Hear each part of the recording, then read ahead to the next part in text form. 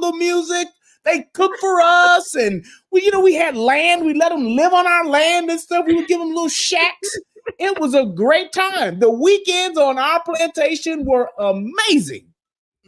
Now, Monday, you're going to take your black ass back to work. But Saturday and Sunday and Friday night, it was great. Not even that, but even when, we had to work them a bit. But look at this fine linen. Look at the cities we built. Couldn't get this just anywhere. My great grandfather had the best textiles in the country.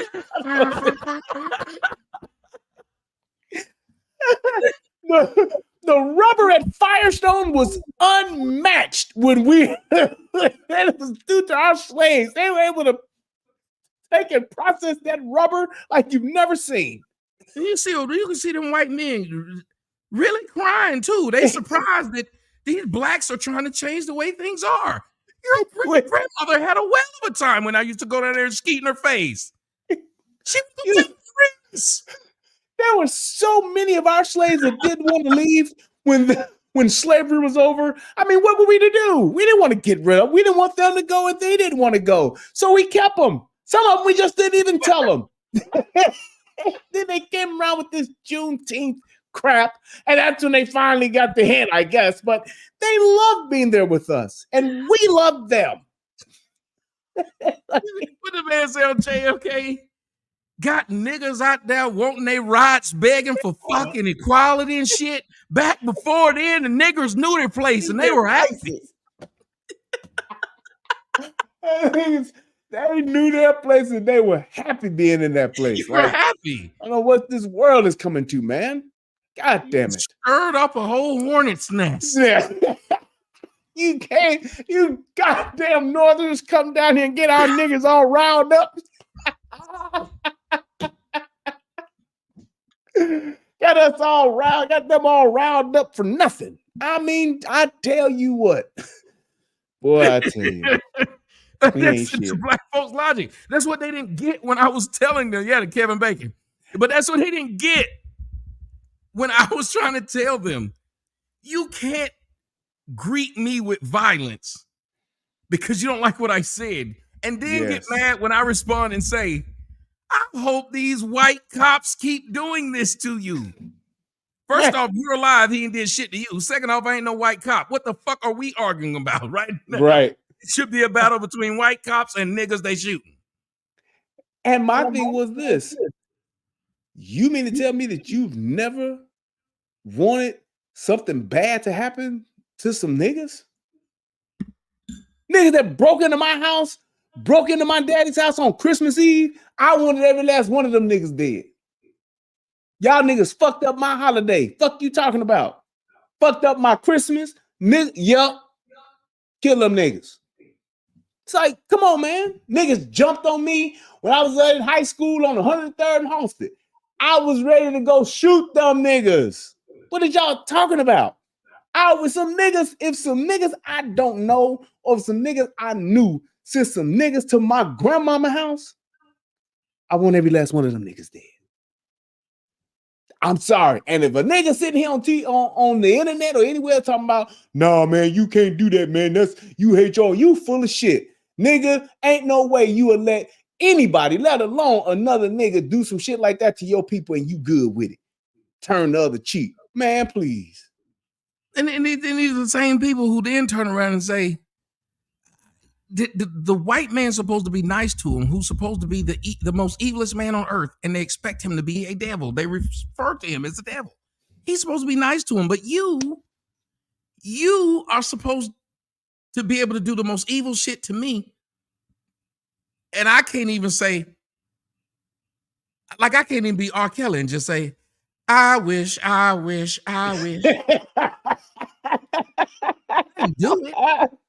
That's my I just wish. Nigga, I wish for $1 million. You mad at me again?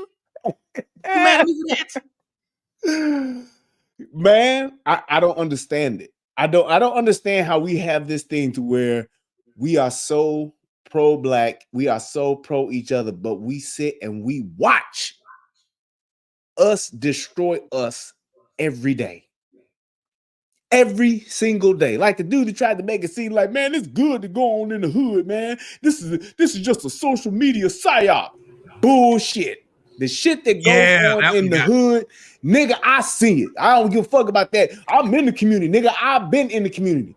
I grew up with the niggas that made the wild hundreds wild.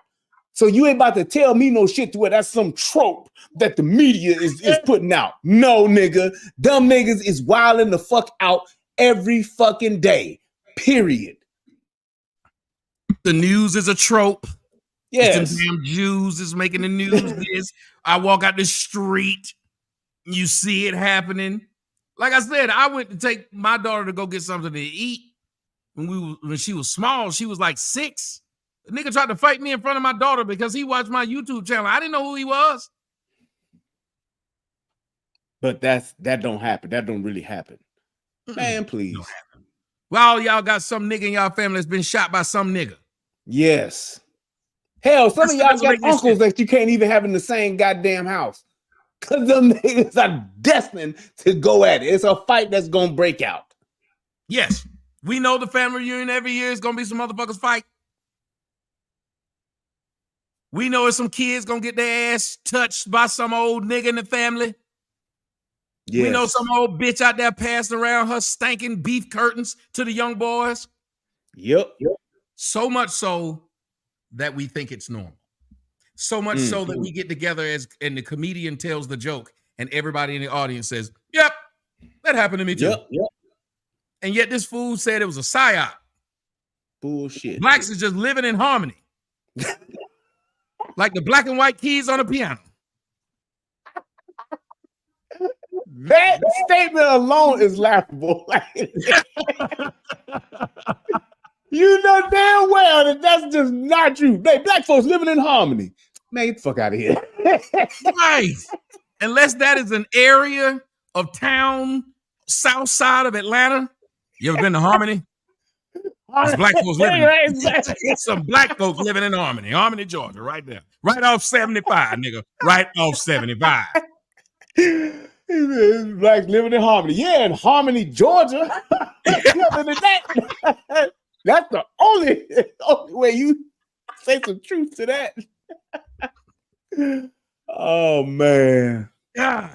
All right, we're going to bring a few people up here. Ladies and gentlemen, if you want to come up here and join us, if you're watching on Rumble, the link's in the description box. You can hit the link. I got it up here where you can come up here and join me. Those who had an issue with me, which I know it won't happen, but I'm hoping it will. Those who got an issue with anything that I am currently saying, have said, or whatever, you can come up here and we can have an actual discussion. We got 2 young men up here, and I'll bring another one up here in a minute. But the link is in the description box on Rumble. The link is on my website at tjskoc.com. Go find that link and come join us. Also, if you're ever so kind, if you're watching the show and you ever think that you like what it is you're hearing, make sure you hit that Cash app. Because as y'all see, as they try to make fun of me all the time, you ain't on YouTube no more. Weirdos. I still don't see how black folks keep bragging about that. And you bragging this slow-mo. Bragging that they asked the white man to kick me off and he did it. Because the white man just be getting rid of all his coons. Right. That's like saying Darth Vader is getting rid of General Palpatine. Emerald Palpatine is getting rid of all these Siths. Because some Jedis asked him. Right. Jedis went up to him and said, you know, these Siths getting on my nerves. And Palpatine said, bring them to me. And then we laugh. Stormtroop that nigga. Unbelievable, man. It is. I worked for the white man, but the white man got rid of me, and they laughed. The white man got rid of me before I could do the job. Man. I don't know. But we got my man Citizen Man up here, and we got I don't know how to say your name, bro. I think it's Mathematics. Oh, it's like mathematics, but it's mathematics. Mathematics. I got you. Oh. Yeah. It's like mathematics, but it's mathematics. I see it. That's what it is. Yeah. We got two Took me a minute to get to. On our left, we got MJG. On the right, we got Game from Los Angeles. What's up, Citizen Man, aka Game? Yeah, you better stop calling me that, man. He do. You gonna get me caught up in some gang shit, man. I got 5 kids, bro. I gotta live. Well, I'll let you go ahead and talk. You Hey, see a lot of this stuff going on. What'd you see? What are your thoughts? And the question jump into. Man, I saw the bulk of it, but me and the wife had to go to Costco, so I had to shut it down and go to the store and all that. She made me go. I didn't want to go. Keep your family together. That's right. Yeah. Divorce costs, man. Trip to Costco to save that. That's cool. Nah, but I noticed that a couple of guys on there that legitimately had beef with you were trying to challenge you, but it seemed like they lacked the communication skills to actually get their point across, and they failed to control their emotions. And then they just started yelling, like one guy started yelling over you and just blurting out stuff that wasn't even true. And even Bro Sanchez had to kind of try to check him.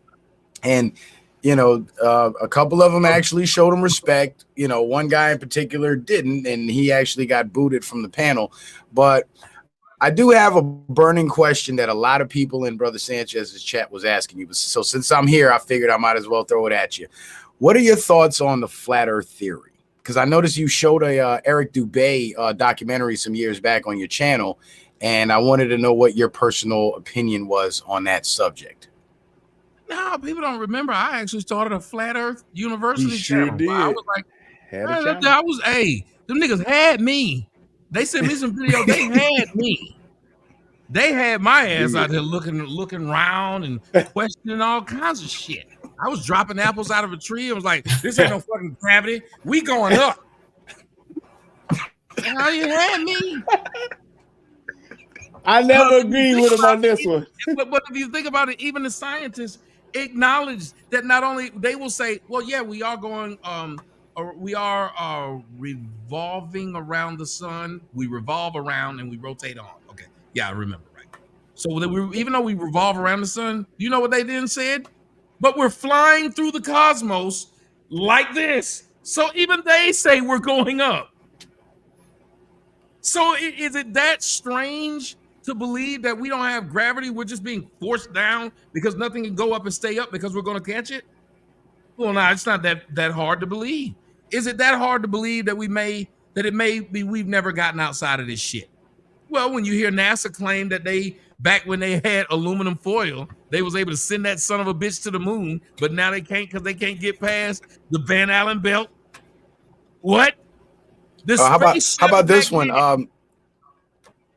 Scientific American actually published an article a few years ago saying that the moon is actually inside Earth's atmosphere, but because they've been telling us the moon is 230-something thousand miles away from us, they had to extend the Earth's atmosphere out farther than that in order to justify the claim. Can't do that shit.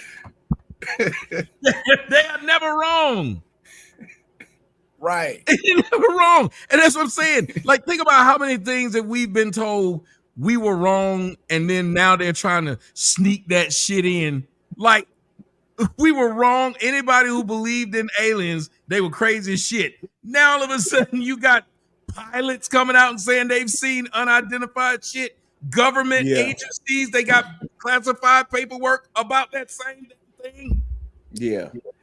Even just with the idea of just being able to see like other planets, that let me know that we're not alone. So there's no way possible that we could be able to just see all these other different planets, and then we think that we're the only ones here. So I've always conceded that point to where, I don't know where they at, but I know that we're not alone. But the only reason why I disagree, one of the reasons why I disagree with the flat Earth thing is because why would Earth be flat and the sun be round, the moon be round, or are we saying that all of these other planets are round or flat? I can give you a logical answer to that, Brian, if you like. If you think of a room, you walk into a room, the floor is flat, but the light bulb up above you is round.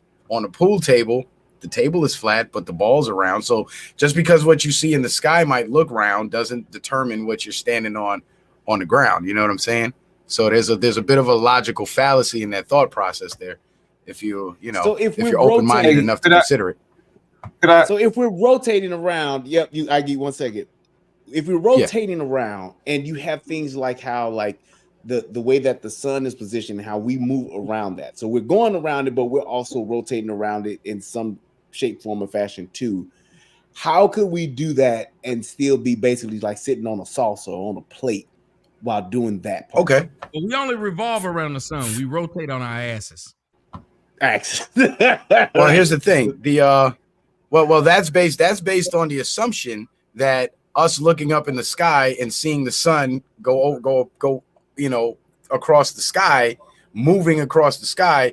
That's assuming that, you see the sun moving in the sky. So that's evidence that the ground is moving beneath your feet.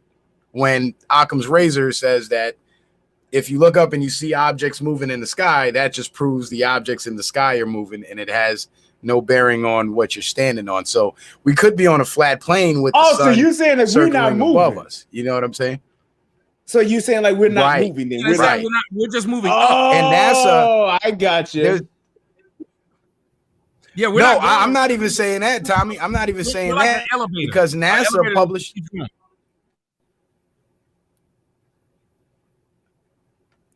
That's one theory, right? But in the more modern flat Earth theories, the Earth is stationary, and what causes things to fall is simply density. Because if you think about gravity only explains why things fall, but density explains why things fall, fly, sink, or float. You see what I'm saying? Because a helium balloon is less dense than the air around you, so when you let it go, it's going to go up. But a rock is more dense than the air around you, so when you let it go, it's going to fall. So density actually explains movement in both directions. Also, we don't really subscribe to the Earth moving upwards. It's just plain old density. But damn it, I forgot what I was going to say. But go ahead, y'all take the floor. Oh, well, just the idea. Can I say one thing? I just wanted to. Oh, go ahead. I wanted to say, I think they're pushing the globe Earth to push their technology to keep away from natural things. The flat Earth brings more natural lifestyle to people. The globe Earth is pushing more technology, AI machines and stuff like that. And I think they're trying to take all our youth away from growing crops and learning natural things and stuff like that, and trying to push this technology, saying that technology is more important than our natural lives. Well, I just look at it again, but if you ask me about it, you guys can also go research. Hold on. Go ahead. You lagging a little bit, Citizen Man, but go ahead. You're lagging a bit. I'm sorry. Oh, you're all right. I was just my bad. My bad. NASA actually published like there. Yeah. Hold on, Citizen. Yeah, I might have to jump out and jump back in.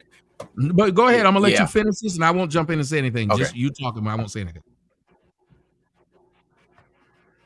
All right. There's an article out that says that covers 15 different times in NASA research papers where they state that the Earth is flat and stationary, a flat, non-rotating Earth. And this was in reference to the experiments they were doing in the Jet Propulsion Laboratory.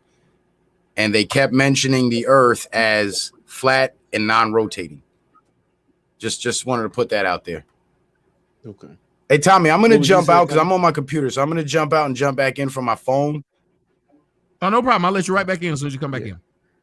Bro Sanchez, this is your wheelhouse. All right, cool. Talk to him. Hey, before I say anything, let me say salutes to you, salutes to Brian and Relationship Rehab, salutes to the brother Bando, salutes to the panel and to the chat.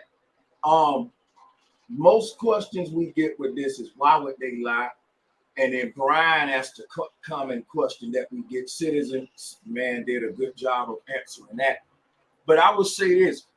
You brought up the documents that talk about a non-rotating flat Earth. I can show those if y'all want to screen share, or they can just take my word for it. But I got the receipts right here. Well, you know, ain't nobody gonna come up here to debate me, so you got the floor. I'm waiting on somebody to come debate me, and no one's come. And I told all the people from my side with smoke for tummy. See, you got, and I think they don't know how to get the StreamYard link. And let me ask you, do you have the right microphone on? You're right, because you got a good mic, so I don't see why it don't sound like. Look on your settings. Look on the settings when you're on the StreamYard and see what it says. Well, look on your StreamYards on the screen. Click where it says settings on the bottom, and see if it has your right mic on. Because it sounds like it's coming from your webcam mic or something. It sounds like you sound like you on a round earth. I see Yep. He said around earth. There we go. There we go. Right there. There we go. Yeah. Yeah. There you go. That was it. Yeah. It was my webcam. Webcam mic. Yeah. But yeah, man. Y'all asking all good questions. I've got the receipts that Citizen Man was talking about, because when you say this stuff to a lot of people, they don't really respect none but receipts nowadays. So if y'all wanted me to show that, I could, and I can also make some other points. But the thing, please do. The brother KFX said, Brother Sanchez talking over that curve. Talking over the curve. Talking about that southern accent. That's what he talking about. No, they were talking about how you sounded really bad earlier. You were. Oh damn, man! Right. Listen, man. Yeah, that was my Brio mic, but sorry about There's nothing wrong with it. But go ahead, show us this. I'm very interested in it. I see it there. There's the screen. Wait a minute, you screenshot us. Did I? Oh, I should be showing a little white. Screen share. You got to share the other one. Yeah, no, you showing us. We fucking around. You need to close that. Next thing we know, we'll be watching some Japanese porn. I don't see that. See that? See that dude? Oh shit! Tommy had to bring up the JAB. That's crazy. God damn. That Jap corn. That's crazy. Yeah.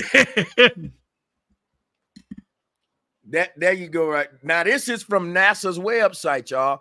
And anybody that understand government documents, you can go and look this up on NASA's website yourself. It's a legitimate document, but we can just skip to this part here, which this is a document that's stating the specifications of a certain aircraft.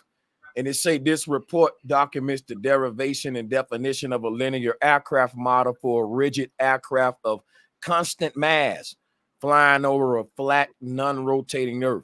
What this means is that this particular aircraft that they're developing was designed as if the Earth was flat. Now, the question would be, if the Earth is round and is spinning, why would I put a pilot's life in danger designing the aircraft as if we're flying over a flat, non-rotating Earth? Fuck that. Ask a pilot when you get on the plane with them. Do they compensate as they fly for the Earth curving? And they will tell you no. So how not? Because by logic, they would fly out into space if they flew straight. Hell, they even call an aeroplane. They don't call it an aero ball. An aerosphere. These are facts. My thing is NASA owe society some money for lying to the whole world about this rotating Earth or whatever. You know, I mean, they putting this in college books and everything, and they sending physicists to these campuses and stuff, studying all this stuff for money. They making all this money every single day off our tax money, but they're telling lies. Like, so, you know, they need to be reprimanded for that. I see it. But I don't know. I guess the biggest thing for me, even with just like I said, I haven't put too much time into it. The thing that I think I'm more concerned about is two things. What the hell is in the depths, the greater depths of the sea, and what the fuck is going on at the North Pole? Because that shit has been shut down for fucking decades. Yeah, I'll let you ask something. Why we have a place on Earth where all the nations agreed they won't go? Yeah, the fact that everybody's in agreement with like, yeah, no, shit, none of us go up there no more. We gonna leave just a small group here. It's something going on up there to where everybody's in agreement with that. That's alarming. This is how the SEALs. This is how I protecting the characterize it, guys. seals. To answer that question, it's like you got these cities where there's these gangs and they commit all this violence against each other and all these crimes, but they won't go on the other side of the railroad tracks to do that shit because there's more powerful forces over there that if they were to take that bullshit over there, bad things are going to happen to all of them. So although they beef with each other to the point where they delete each other on their side of town, they're all in agreement that they're not going to go to that side of town and do any of that shit because it's going to jeopardize what they got going on. So I think that's kind of the same concept with the Antarctic Treaty, where whatever they're stopping us from going to sea, it's in all of their interest that they prevent us from going over there. You feel what I'm saying? Because whatever's over there is going to jeopardize what they got going on here. I love what Bro Sanchez put up. I'm gonna let the next person go, but I gotta read what Bro Sanchez put up there. You mind, Bro Sanchez? Oh yeah, for sure. He says if the Earth is spinning west to east at 1,040 miles per hour, how did the B-17s drop bombs from 7 miles into the sky and hit a target traveling at 1,525.333 feet per second underneath them? Now, see them numbers right there. See, and Brian, you shoot guns. Math. Hey, look, all of us, most of us up here are riflemen. Ask Brian or any one of y'all up here that ever shot a. Do you have to compensate for the curvature of the Earth? Does any sniper ever had to compensate for the curvature of the Earth? Right. And the answer is no. I was a sharpshooter in infantry. You just aim at the target center of mass and shoot. You breath control, all that. You don't take into account is wind. Yes, I was going to say yes. That's it right there. You do have to compensate for wind. Yes. Yeah, that's facts. You do. You have to compensate for wind. Yeah. With this example, they would have to compensate for the spin. You know, like so if the Earth is, you know, and they moving that fast, right? They would have to compensate the spin also. If the Earth is spinning from west to east, what if the plane is going from north to south? That's a hard target now. That's a real hard target now. So how did they get the thing of saying that we're spinning at 1,040, whatever that 1040? How did they figure that out? Or they just used the tax form number? Right. 1040 This made it up. This was so crazy, right? Tomorrow they can be like, you know what? We just found out the Earth spinning at 500 miles per hour, and nobody. They can change it when they want. It's like you ain't an expert, right? Them the experts, right? That's like don't question the pastor. Yeah, I've covered articles. I've covered articles from these scientific magazines where they claim that the Earth is spinning at 1,000 miles an hour, but you don't feel it because the movement is constant. And then other articles where they say days are getting longer because Earth's spin is slowing down. You know what I'm saying? So there's too much inconsistency there to actually take it as fact. In my opinion. Tell you something. Like somebody asked, why would they say certain things years ago? My answer is they said it years ago because when you don't believe that the answer to these questions will be found for thousands of years, you can say these things. The technology that we have today shot man into an area where a lot of people can look at these things themselves, which used to couldn't do it. Because remember, we were flat earthers before all of a sudden we became ball earthers. Yep. Yeah. You know what's crazy, right? I was arguing with a channel full of STEM-based scientific pro-blacks, right? And I was like, look, if y'all wearing unks, you so proud of Africa, the Egyptians taught about a flat earth, Nut and Geb, all that. Why are you going with this white man space program, NASA? And why ain't you looking at, and I'm just playing the race card with them on it because I've tried all kind of things. Like they'll tell me science don't belong to the white man. Tell that to the Tuskegee Airmen that was targeted with biological warfare.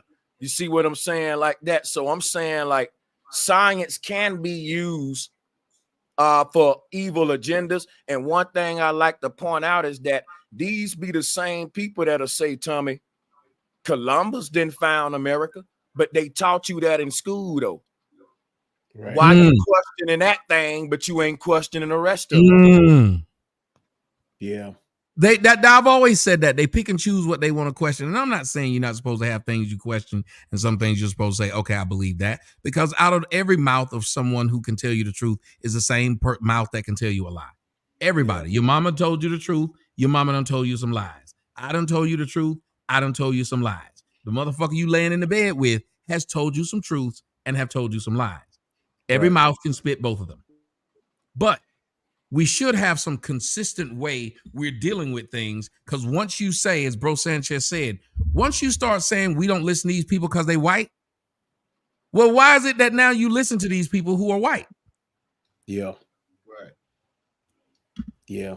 I guess my question would be too, so let's just say that you all are right. The earth is flat. What does that mean as far as going from that point on? If they came out tomorrow and said, hey, y'all, we had it wrong. We was just bullshitting. The earth is actually flat. Then what would be the next thing to discuss about that? Very to say, good okay, question. so now the earth is flat. Now what? That's what I was saying earlier. All right, I got you. One at a time. We could, if you want to go first, I'm gonna pull up a slide. I'm gonna kind of. Yeah, I've been answering this question for years, and I'm gonna try to walk you through it in like 2 minutes, like a whole bunch of hours worth of stuff. But yeah, I'll wait. I'll give a short answer. What it would mean is the space programs will have to be defunded. The astronomy departments and universities would have to be defunded. All those people that have been buying into the space propaganda and buying the books and going along with the mainstream science would have to rethink their entire reality. And the space program, NASA alone, rakes in over $50 million a day. If it was admitted that the Earth was flat and space was a hoax, all that money that the government is putting into the space program would now be freed up and could be diverted to something else. Because there's a lot more issues that we have here on Earth that we could solve with that money, rather than shooting rockets up into the sky. That's just one answer, but there's several. Go ahead, Brian. I think here's what I would say. I'm the government spokesperson, and I say, okay, well, here's the deal. Yeah, the Earth is flat. Well, what happened to all the money? Well, the real problem is Godzilla, Mothra, and King Kong are living in motherfucking Middle Earth at the North Pole, and we've been taking this money to fortify that shit. So we've been holding this goddamn, we've been holding the fort down at the North Pole, and we knew y'all niggas wouldn't believe this shit. So that's why we had to buy into the whole fantasy and get these movie producers to do all of this space shit. So while y'all looking to the stars, we holding down the top of this motherfucking snow cone to keep this shit. Yes, we've been sending all this money to Jon Snow, and we try to keep these White Walkers.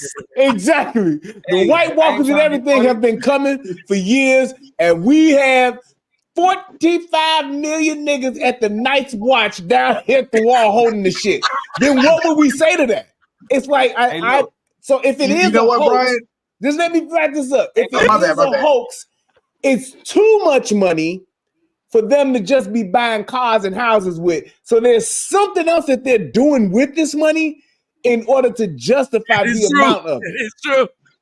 Well, this isn't verified, but a large portion of the NASA budget actually goes to fund CIA black operations. And that money is funneled through the NASA facility in Houston, Texas.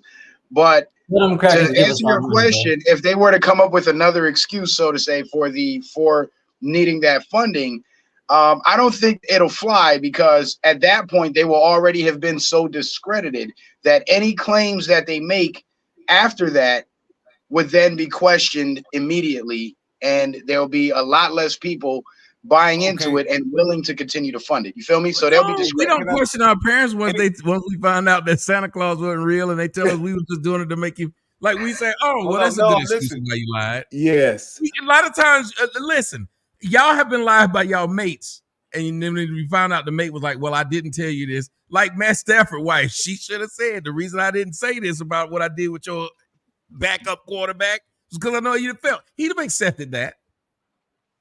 Yes. Hey, look, that's why I started laughing when Brian said that, because I was like, technically that'd be a good enough answer to most people. If he says Hey, look, we was using this money to stop some shit we know y'all didn't want to know about. Yes, and just think about it. They've been doing this for how, when did NASA They're doing stop? the JFK files right now. Yes, it's like just think if they really just said, "Look, National man, security. this is some shit that y'all," because you got to think. Let's just say that there's a whole entire race of aliens living up under us, dude, and we don't know. Let's just say that. Do we really want to go and figure that shit out? Because when you think about that, something that drastic would literally just destroy our way of life. We would have to live a whole nother way. All of this shit that we doing, going to work and having 2.5 kids and a dog and the white picket fence, the American dream, all that shit is over with. If that's some real heavy shit that's going on someplace else in the world, that's what the movie was about. Yes, right. Hey, it's like if all of that shit is true, do we really? I don't think there's enough of us that really, really want to know. I know. I don't. I want to stay plugged in like my man was. Don't unplug me, motherfuckers. Keep me plugged in. Because I don't. Because and the reason why I say that is because I don't think that we as a people are civilized enough or elevated enough to where we can't even live with each other, let alone live with a whole nother race of motherfuckers. We've seen the hints and the evidence of something else being here, some other form of aliens.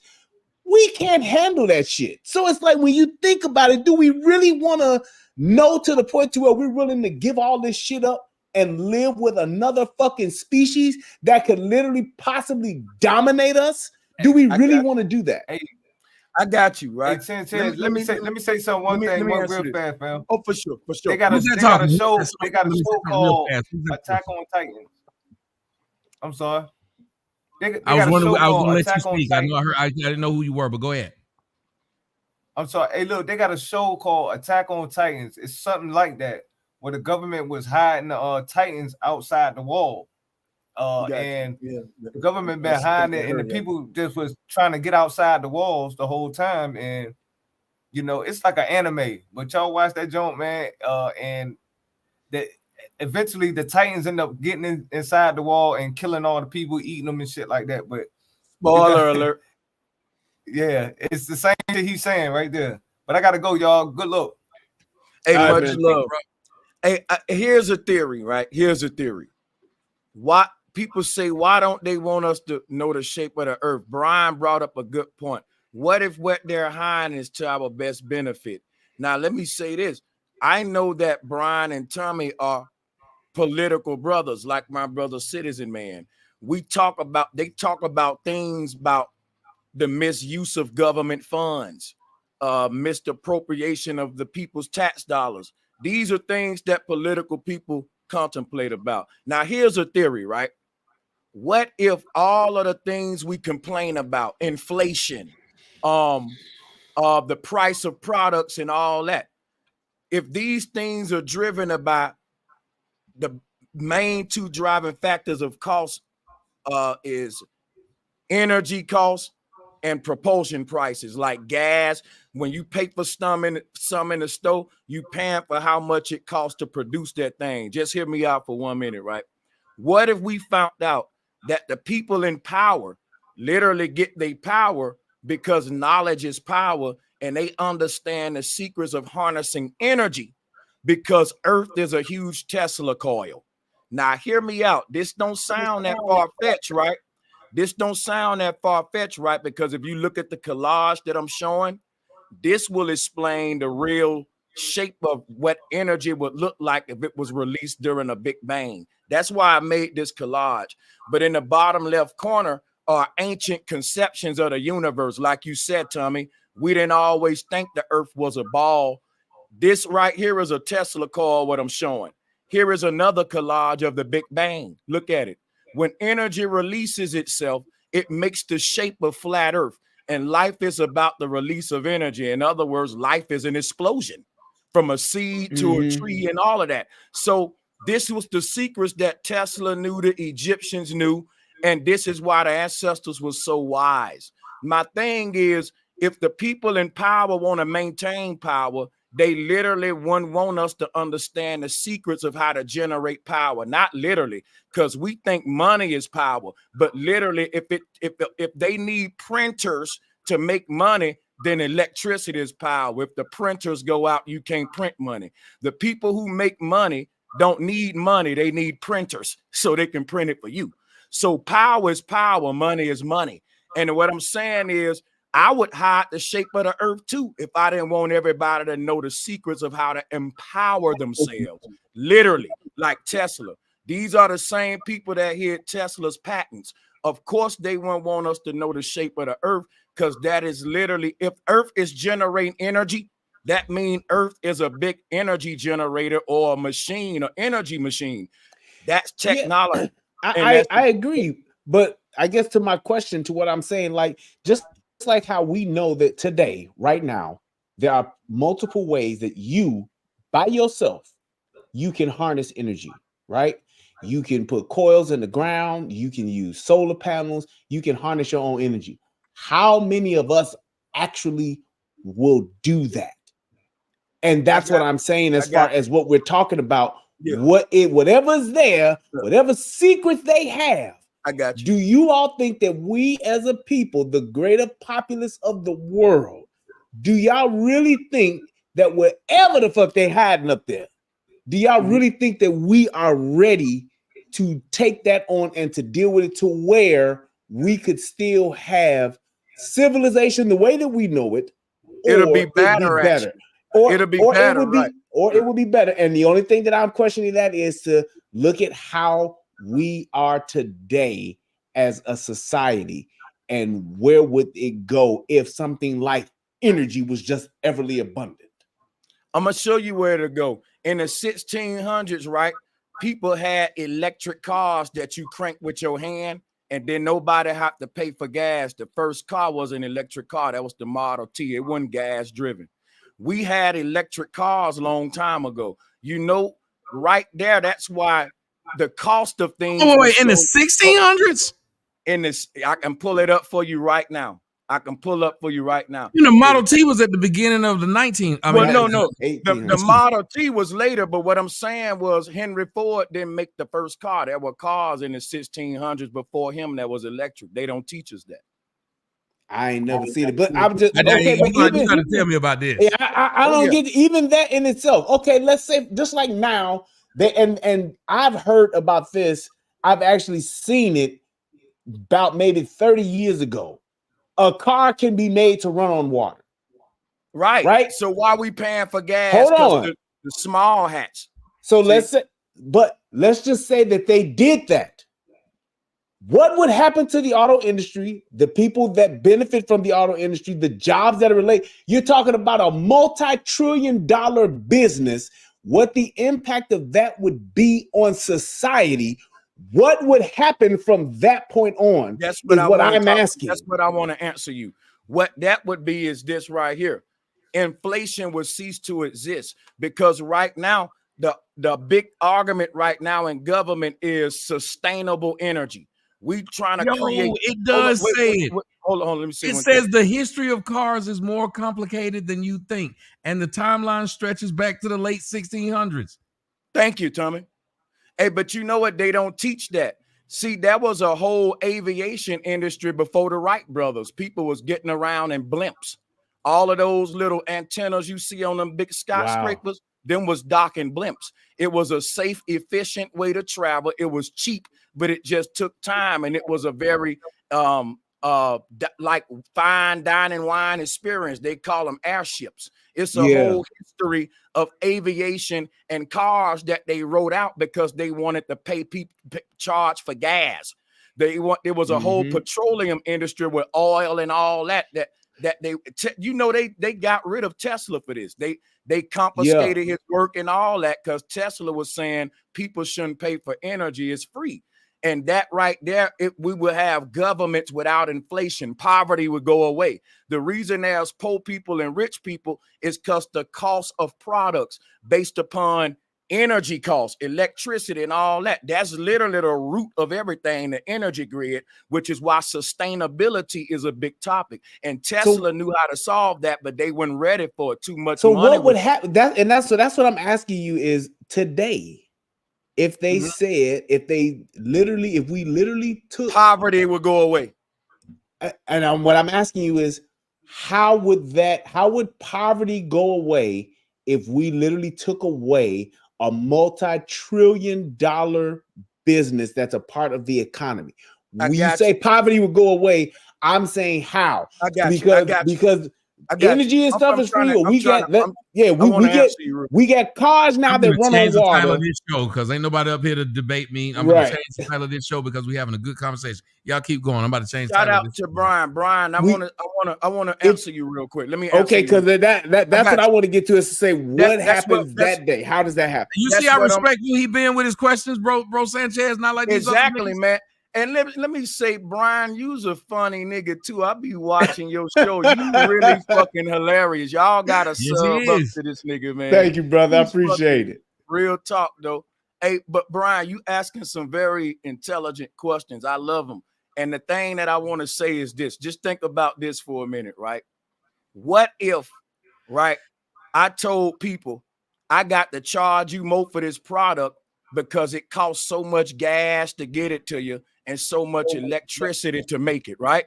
And so this, and I can tell people every year the cost of me making this product is gonna be more money, right? Even though you're not gonna make more on your job because electricity and propulsion prices. I use the word propulsion, that's really gas, but there's many ways to propel ourselves. But anyway, the point that I want to make is this: if I knew that it didn't cost me nothing to make this product, I didn't have to pay no energy costs. I didn't have to pay no gas costs to make that.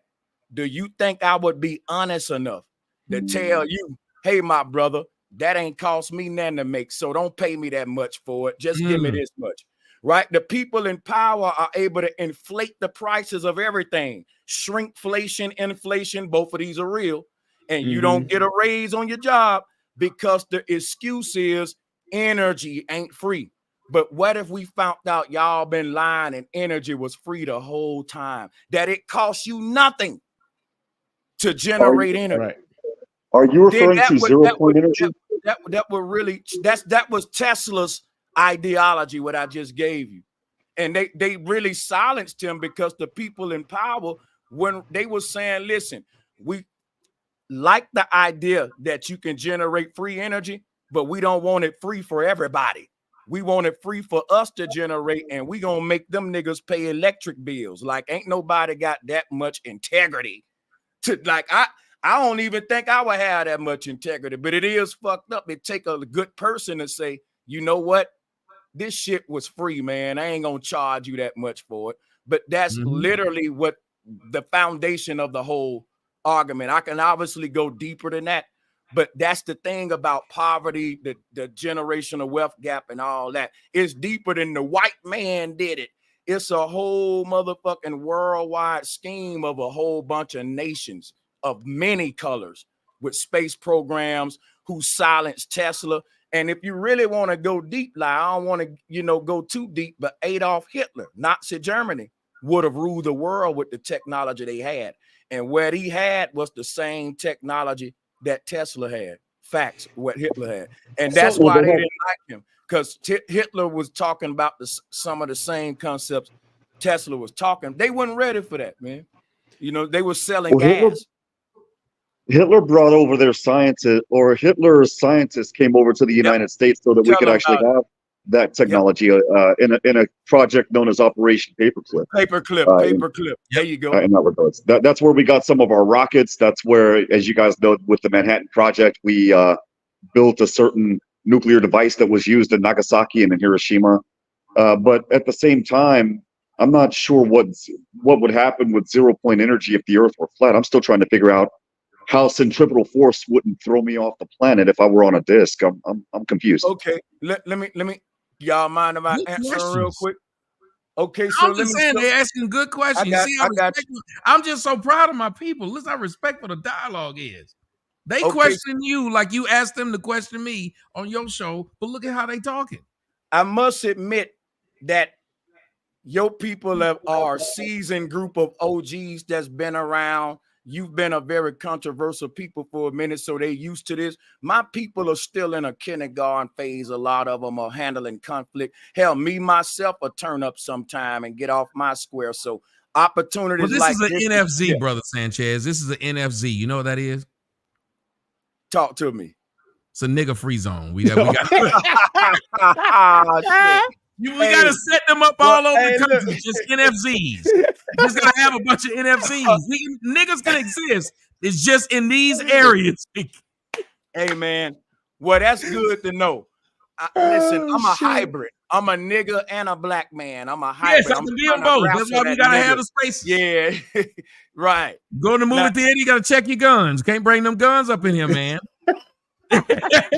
These are facts. These are facts. Hey, I wish I can use my stream deck for your show, man. I got the effects and shit. That's what's up, though. But to the brothers answer, I got something on the screen right now. When you talk about centrifugal and centripetal force, this is how it works. If there's water on the surface of a ball, when the ball spins, it'll fling off. Now, however, right, I'm gonna show you the flat Earth model so you can get a good idea of what I'm saying. I'm not saying we live on the surface of a ball. I'm saying we live inside of a ball and that the water is level. We call it sea level. We say that's a horizon because it's horizontal, not a curvaizing. So right here is what I'm saying is that if you look at what I'm saying the Earth is, this makes sense for how water can stick to the Earth. But let me go to your model. This don't make sense, brother. It doesn't. This don't make sense right here. So if you want to deal with logic, I'll win. But if you want to deal with consensus and what we all been taught, I'll lose. But the truth don't care about consensus, right? So then how does the sun rise and set? Now we going to another argument now. Go ahead, I'm sorry. So wait, so you saying that shit is also, he's saying that shit is coming around us and we're just in this ball. Okay, good question. That's gonna lead to what he's asking too. So let me give y'all. I'm finna give y'all time lapse photos of the sky because Brian asked a good question because I think the brother right there was about to ask something to that nature about the sun. Here go to how the heavens work. Now think about Brother Sanchez been waiting on these questions. Y'all done walk right into this thing. He been waiting on this shit for life. Listen, I've been teaching this for damn near a decade now. Now check this out, right? If you look at this, this is real time lapse image of what the sky is doing. All the stars are going around Polaris. Now I want to show you something. We got pyramids all around the world, right? Every so many years, don't get me the line, right? But they line up with Orion. I'm gonna show it to you. This is why the Egyptians were so fucking smart, right? Let me show you something.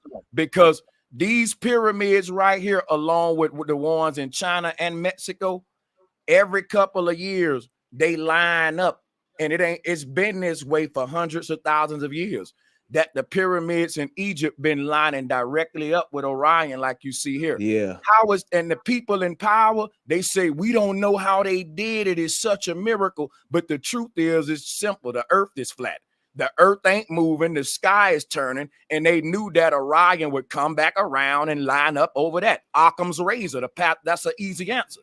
That's it. It ain't no big mystery. Aliens built them and all that, and ancient aliens. It's the motherfuckers that's high, that's on a higher plane than we are that built that shit. Because that shit shit is perfect. That whole thing about these niggas was moving this shit with rolling logs. No fucking way, because those blocks in the pyramids, you're right. Those motherfuckers are cut there you go. Specifically for each one. That's not just a bunch of Lincoln logs and some Legos that niggas stacked on top of each other. They didn't do that. And once they explained that shit to me, I said that, all right, yeah, this motherfucker, it's some other motherfuckers that built that shit. But yeah, that shit there, that's definitely not they rolled logs for years, and it was the pharaohs that directed them to do this. That's bullshit. So that's why I can roll with you on that. I fucks with you, Brian, because listen, That's why when y'all niggas say that y'all use logic, everybody like to say logic, but this is real logic. People believing that these folks roll these big stones with logs. Come on, man. That's just real stuff, though. Yeah, nope. But what you're describing, it sounds like is a resurgence of the heliocentric theory. And so then my question is why were This people is the getting executed for hold trying on. to? Let me finish. I'm sorry. Okay, Let me go ahead. finish. Hold on, bro. Let him ask. Let him ask. Why were people in the 16 and 17? I'm sorry, the 15 and 1600s being executed for trying to debunk that theory? You're right. There were other technologies that were back.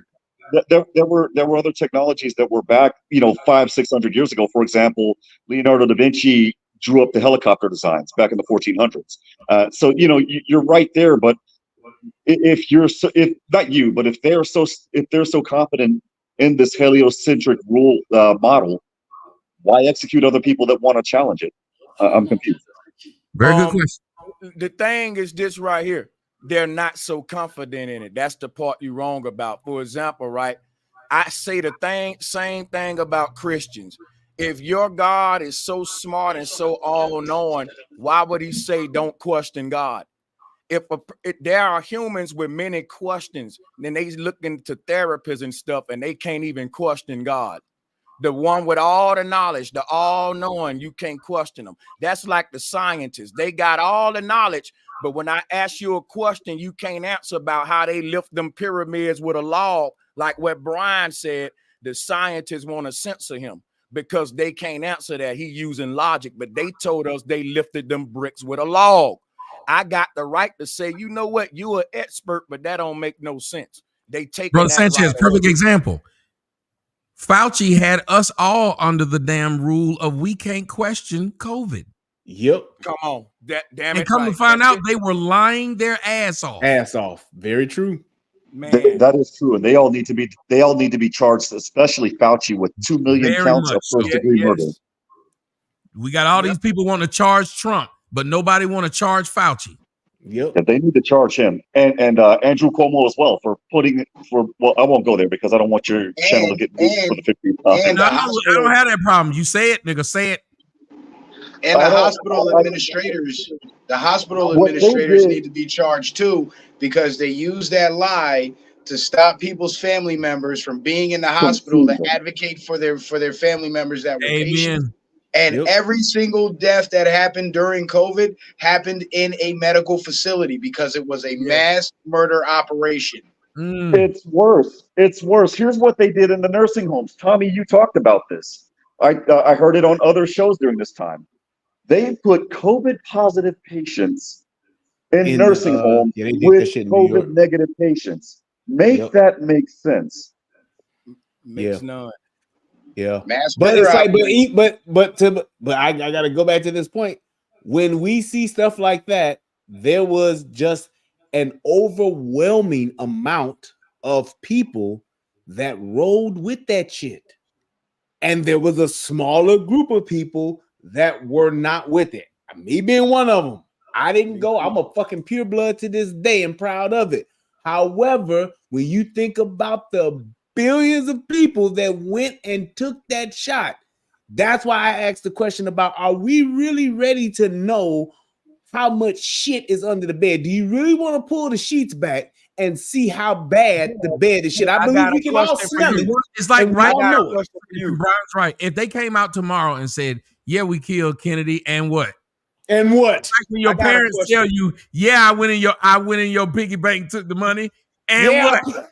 I put the light bill in your name and fucked up your credit. And it's like, what do we really want them to pull the covers back and show us the shit that's in the bed? I believe we all know it, but I believe there's an overwhelming amount of us that don't want to see the shit. Or I just smell it when I walk past the room and just wave my hand in front of my face and keep going.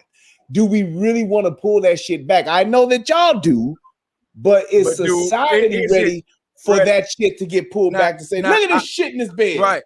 I look at it like this, right? What inspired me about Tommy, right? Tommy have a ready or not, here I come attitude when it comes to giving his people the truth. and they weren't ready for it, which is why they kicked him off of YouTube, because they weren't ready for the truth. He's ahead of his time. But that's what all gurus do. Why? The truth gonna set us free. It's just that when I deliver it, you might not be ready for it. But that's like when I plant a seed, I might not see the tree. I'll go away and come back and see that tree grow. It'll grow later. I ain't gonna watch it grow, you know, but the seed is planted. My thing is, I look at the whole world like this. The question is knowledge really power? Will the truth really set us free?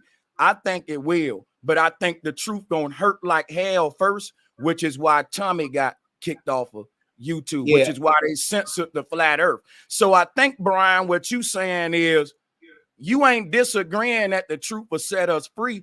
You saying, nigga, the world gonna do you like they did Jesus. Why bother? Why the fuck? Like there ain't nobody, like in the Matrix, Morpheus said, if you try to wake these people up, they'll turn on you, fight you. What? Just knowledge ain't for everybody. So I can see it like, I think everybody should know the knowledge, but I think if we delivered the knowledge to the whole world right now, the person that delivered it to them will be on a guillotine. Well, I kind of disagree with you a little bit, because well, number one, I think Tommy is definitely on time. I think he's here, and I think that what he's doing, it is on time. It is supposed to be happening. Agree. That ain't what I really meant, but I feel you on that. But yeah. I'm saying is it to use your reference of the Matrix. Yeah. What Neo ultimately had to do, and what Morpheus was doing along that time, Zion still existed. But was everybody really ready to go back to Zion? No. Even the one that woke up with him turned on him. Cyrus, I think. Was Earth really prepared to handle everybody being unplugged from the Matrix to come to Zion? That's the part that I'm questioning, because I don't think that we are ready to come to that realization. And once we get enlightened, I don't think that we're ready as a society. I think there are people who would literally lose their fucking minds, and literally society would collapse if we really found out one more thing how bad it is. One more thing. I think if society is already in chaos while they giving us the lie, how much harm can it do just giving them niggas the truth? It can't get no worse than this. If the truth will set us free, right? And people already look at the world today, man. Look at what they did. Look at what they did. Let me just end right here. Let me just say. Hey, then Citizen Man's next. Let me just say this real quick. And I agree and my thing with you, I agree with you to a certain extent. I'm saying everybody ain't ready for the truth, but that's why you got to have a ready or not mentality. Because I don't think that if we want what's best for the people, like a child may not be ready for kindergarten, but if they of that age, it's your time to start school. The truth don't come when you get ready. The truth come to make you ready, and you accept it whenever it's your time to accept it. But the truth tellers still need to tell it. What I agree with you is this, and I'm going to yield the flow. Morpheus didn't wake everybody up, to your point. He didn't go in there saying, hey, this is a matrix. He went to the people that was ready, Brian. So I'm not going to debate you on that. I ain't saying you're wrong. I'm just saying I believe the truth will set us free when we're ready for it. But I agree with you. I don't think they're ready, but I think that they will kill the person giving it to them, if anything. But yeah, salutes to you. You're right, though. I have an analogy for that scenario that Brian laid out. It's like if you got a homeboy and he's married, and you find out that his wife is cheating on him, but he doesn't know. It's gonna hurt him to tell him the truth about what his wife is doing, but ultimately it's gonna free him from that deception. So he might go through the divorce, lose everything, all that bullshit, but years later, when he finds a woman that's actually loyal to him, or he finds happiness in whatever he finds happiness in, he's gonna come back and thank you and say, you know what, I gotta brother? stop you there. I gotta stop you there. I don't agree. Stop you there, you don't think so? All right, go ahead. Hold on. I gotta stop you there, though. All right, go ahead. I'll tell you why. Because I saw a story where this man was hurt by his friends telling him the truth about what was going on with his wife. And you know why he was hurt? Because he said, in my ignorance, I was as happy as I've ever been in my life. Ignorance When is you bliss. told me my wife was cheating, yes, she was. And what you ended up doing was exposing something, because I've been in a relationship with somebody who was cheating. And when I didn't know they were cheating, I was happy that when I found out they were cheating and they claimed they stopped cheating. What was my problem now? I will never trust you again. Yep. You ruined what I had. Yes. Because of what you did. And the exposure of it destroyed something that will never come back. Exactly. And now that's I what I'm remember how happy I used to be. I got a little bit of pushback for you. Hold on, wait, let him finish. Go ahead, Tommy. You finish? Yeah, that's all I'm trying to say is that Okay, part okay. of it. I Yeah, hear that you. part of it right there is where you could run into someone saying, kids, you know how many kids had their lives ruined because you told them they were adopted? Yes. But it was the truth. All truth ain't good. But Tommy, here's my pushback for you, right? In your particular situation, do you think that you're better off now than you would have been if you would have stayed with this woman who continued to cheat on you, unbeknownst to you? Right. Because now you're running the risk of bringing home STDs, raising kids that ain't yours, all that bullshit. Well, but you don't have to deal with that. So now you're free from that. I'm seeing it differently. You're right. I'm just saying some guys, like they're guys called cucks for a reason. Yes, thank you. They're okay with that. That's it. That's just like thing. There are women who literally, there are other women who saying, girl, why you want to share? But my grandmother used to say simply, I don't know what your granddaddy do from 7 in the morning to 7 in the evening. I just know he at home at 7. She didn't want to know. She just liked the stability of what she had. Some people like the stability of what they have and they don't need much more. There's some guys, Robert Ory never sat around and thought, I wish I was a 20-point scorer. Even though people said if you had your own team, you could have been a 20-point scorer. He like, you probably right. Yep. You know what? I want to say one thing. Hold on. Let me just say this to what you were saying. When you talked about letting kids, you got to break the truth to them. There's a book and there was a movie called Lord of the Flies. You saw what the fuck happened when children were allowed to govern themselves and they were allowed to rule themselves. When you look at just what people, just like he just made the point about Tommy finally knowing the truth. Yeah, that's somebody who may be capable. Everybody don't have the tools to be able to come back from devastation. That's why people kill themselves. When you look at Black Monday, people jumped and plummeted to their deaths because they financially lost everything. And they said, okay, fuck it, I'm dead. And they killed themselves. So it's everybody's not capable to have that type of mental fortitude to be able to weather those storms. We living in the hood, growing up in hood shit. Yeah, if you cut our heat off and you cut our lights off, we gonna make it. We know how to take cold showers. We know how to take $10 and go buy enough bologna, enough salami, and a loaf of bread and some mustard to make us last a week till we get paid.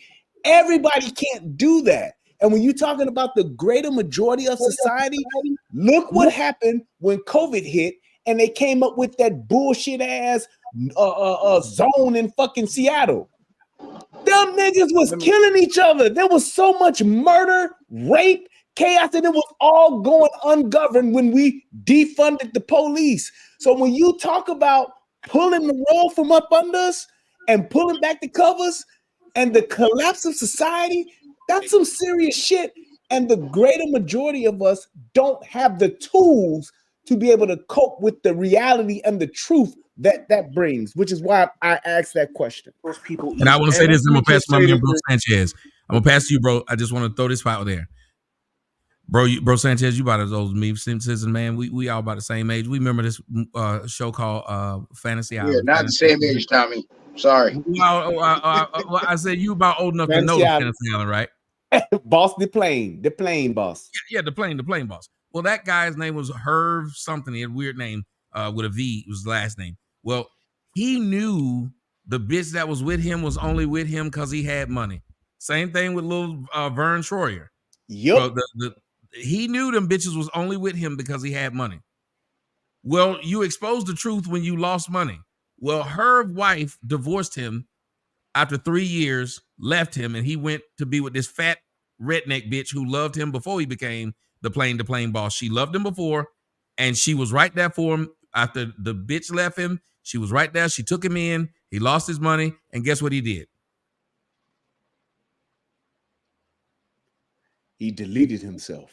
He would have rather lived in that fantasy world with that 6-foot model he was dating and married to than be with the actual girl who actually loved him, because she's still fat and redneck.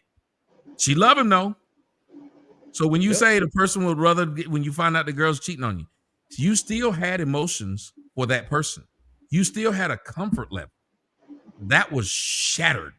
Yes. You freed me, and now every bitch I look at, now I'm thinking she's just like her. I can no longer love anymore because I was fucked over that bad to where I think everybody has the capacity to do it. Yup.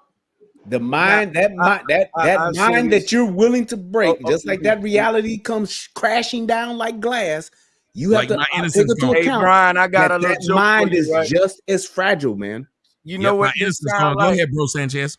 And I'm gonna make my few arguments, but I gotta make this joke because y'all making some valid points, but all I can hear is, I don't wanna know if she playing me. Keep it on the low. That's why he made that song. My heart can't take it anymore. Damn it, my heart can't take it. He didn't make that song for no reason. Nah, that's true, bro. That just dropped up in me. But let me just say this real quick. Everybody making valid points, but no Diddy.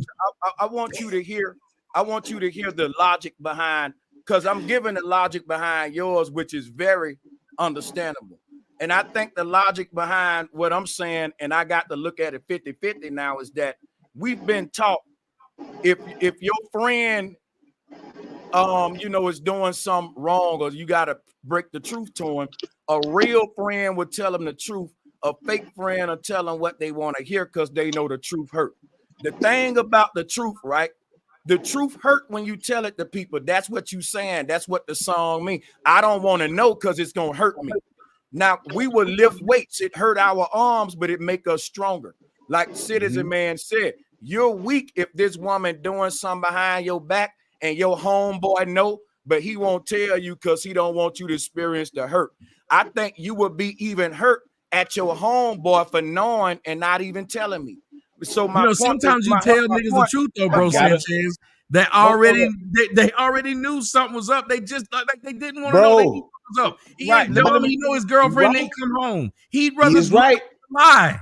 I got you.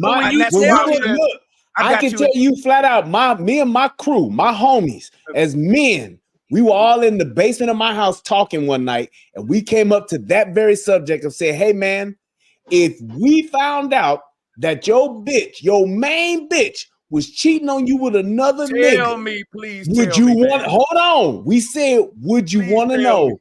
Do you know that the majority of us said no? It was only just listen to what I'm saying. The smaller group of us, we wanted to know. We wanted to know, but the majority of us out of the crew, they said, man, don't tell me. Let me find out on my own, because I want to deal with it my way. Just let me finish, because as we talked about it, they said, well, man, my thing would be not so much of me finding out. It would be y'all finding out and y'all judging me based on that. That's a weirdo. Yes. So, you got to take into account of that, though. Okay, let me just because once you tell somebody the truth, you expect them to act. If you tell your sister, I found out your husband smoked crack, if she stay with this nigga and bring him back, now you looking at her crazy. Yes. Okay, so all I want to say is this right here. The truth don't hurt people, but that's why everybody ain't qualified to tell the truth. The people that tell the truth don't mind hurting you. And I'm gonna tell you why I got this mentality. I would tell you a lie and don't care about your feelings back in the day. So why would I tell you the truth and don't care about your feelings? One thing that I would say about this is this. Tommy go hard on black people because he care about them. But you know why black people push back at him? Because the truth hurt. But that don't stop Tommy from telling it. I get this But mentality. that's why I try from not him, to tell it whether to he- their face. whether he- I don't tell it to them individually. That's why you Yes. your show. I was arguing with them. I kept saying, "Why are y'all upset? I didn't put your name on it. I didn't put an address on it. Exactly. You had to watch it. And if you were smart, like again, and somebody said, man, I saw your girl's OnlyFans page. If I just go looking at it, then Right, I'm however ready you for the tell it. drama. But if I just didn't want to hear that, I will make up an excuse. Or she did that shit back in the 1600s when they made the electric car. And I Now, Tommy, I want. Hey, listen, that was a good segue. Are y'all happy that somebody told you Santa Claus was fake? Y'all are still believing a man coming down the chimney now. If No, somebody didn't- and you're that right. took- you know what But people they told me, say, they told hold me up, let me when find I out was on- able let me to say- handle it. yes. Listen, that's what I was going to say. That's why I said we all making valid points is a good conversation. Because listen, when I was a child and I found out Santa Claus was fake, I remember me telling my friends Santa Claus fake and getting in trouble for it because they parents wasn't ready for them to. They parents supposed to, you know what I'm saying? I didn't know, Yes. like, damn, like I thought y'all was my friends and I wanted to share some with y'all that I found out. But they folks was like, we weren't ready for our children. And like, no, Yes. thank There's you a very much responsibility. now, like, There's you a responsibility being a truth teller. When you want to tell someone the truth, you need to already know how bad it's going to break them, because there are some things that you can't rebuild somebody back from. I agree. And you Yeah. got to know that. That's why you said, let's just say, for instance, if Tommy had the power the way he knew who everybody's mate was, what they was doing, he could make a general statement and say, hey, I think that men should be more cognizant of the phones that their wives have. He could make that statement as opposed to saying, hey, Brother Sanchez, if you go look at your wife's phone right now and go to this app, there's Now, a me lot of personally, information though, in Brian, there. Because hold on, and I you would go want him to do that. for me. No, but you go and do that. If he doesn't know you and doesn't know what you're capable of, the fact that you go see that phone, kill her, kill the kids, kill yourself, that's his power that he's used as a truth teller to destroy an entire family, but they know the truth. She That's the destroyed point it for I'm at. cheating That's on the that point I'm man. trying to get to. That She truth destroyed it was for cheating true, on him, Brian. and yet, wait, that truth is the truth. And yes, if he didn't want to know, if he did want to know, the devastation of that is an entire family is gone, has been deleted because of that. That's the thing No, that we have to because take she into cheated. account, because if you you can say what she did was wrong, but the That's fact the that what root she cause did of was it. wrong, yes, that was just the catalyst, brother. Those kids that got killed, him that got killed, the loss that the entire family has to deal Because with she now cheated. from that one truth that I had to tell because I thought you needed to know. It's just like when women do that shit. Hey, Brian, Girl, I just think you needed to know. If he would have dug in her phone, he would have killed the two. I don't think that's how he get the truth. I think if you a killer, now listen, I'm agreeing with you. I'm saying that the truth hurt, and you don't need to tell a person the truth without helping them get over the hurt that you just introduced in their life. That is real shit, you know. But what I'm saying is the truth will set a person free, because think about it. It can hurt the whole family if the person she cheating to with set him is free to choke violent and this a bitch lunatic. out. I think check that this. your It ass used free to to be go so to prison. What if he get Now the HIV? truth done just What if he took get all the HIV? shackles off this man? But what if he get HIV though? So it's a two-edged sword. I guess What? All right. didn't the truth turn Listen. Nat Turner? The truth turned him into a killer. Yes. Man, I think it does matter. and I think it does think- matter how you get the truth, because you can look at it like this, right? That's it. It's For how. example, I got a homeboy. He found out that his girl was cheating. He found out through him finding out on her phone, seeing her giving a dude head in her phone. He almost killed her because he saw it. Now, if she would have came to him herself and said, "Hey, I gotta tell you the truth," blah blah blah, maybe he wouldn't have acted that way. It would have been different. Exactly. Yep. Now you can either take it. Let's use the flat Earth thing, right? Say the government powers that be, say they decide to say, we just gonna drop a bomb and say, hey, y'all, we've been lying this whole time. Yes. It may cause great panic and chaos. Yes. But if But you the lie already put it caused out panic there, and chaos. put it out there in subtle ways, yes, then you can get people to accept it, and then they don't even realize that you've been lying to them the whole time. Nigga, you do cocaine like that. You don't do a straight 8-ball off top. You not everybody can handle it.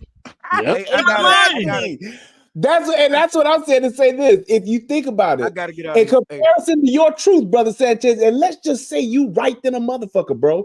Let's just say that you're right. We both right. It's 50-50 if you ask me. I think we both making good points.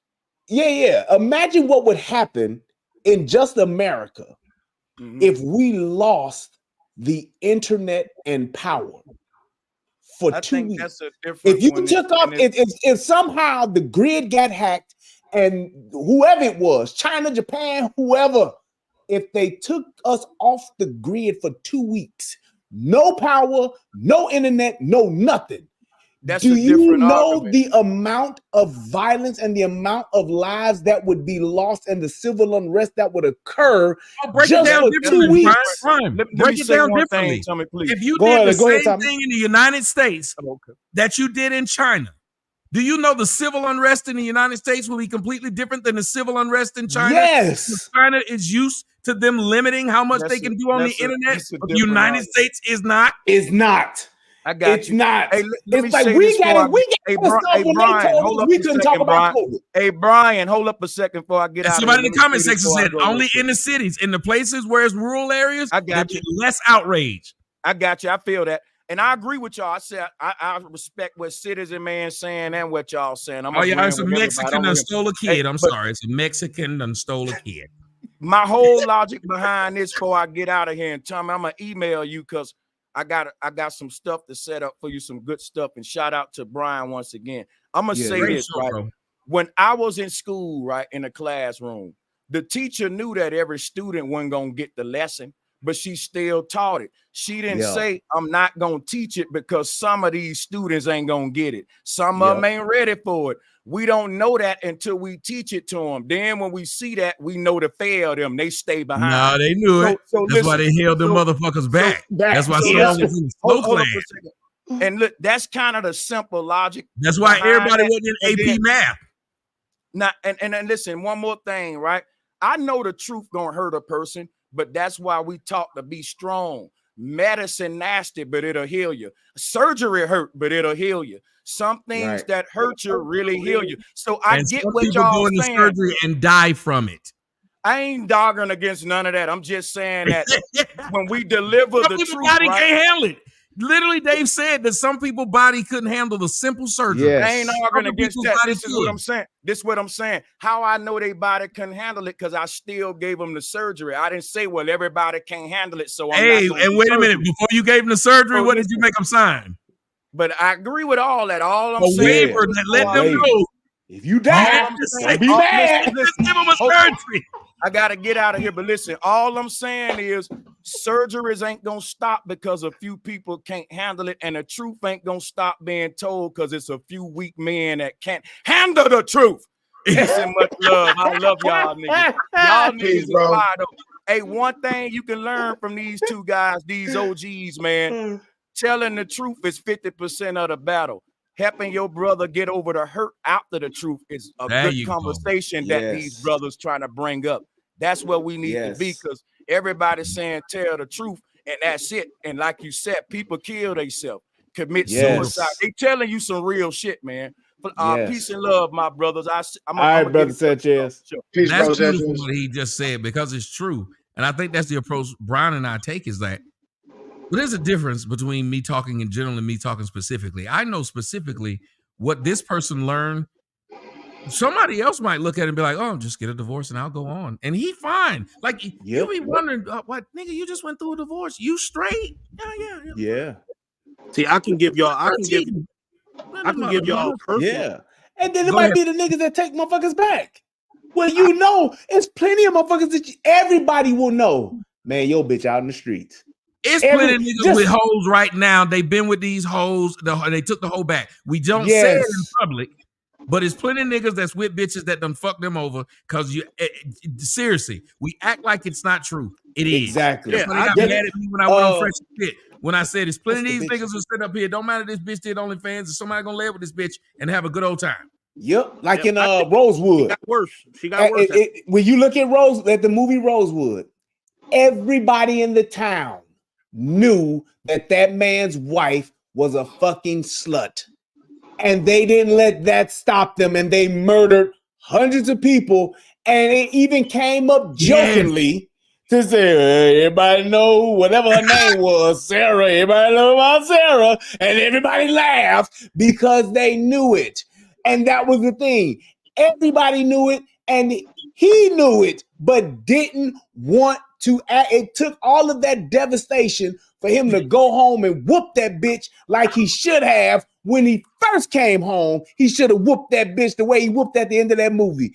And it took all of that to take place in order for him to get to that point. Yes. When I would have came home and been like, bitch, you know good goddamn well ain't no nigga did this. Hey, y'all, hold up, put them guns up. I'm gonna whoop this bitch like I should have. You gonna get the whole town riled up. Bitch, what's wrong with you, you fucking slut? You know you fucked that bitch.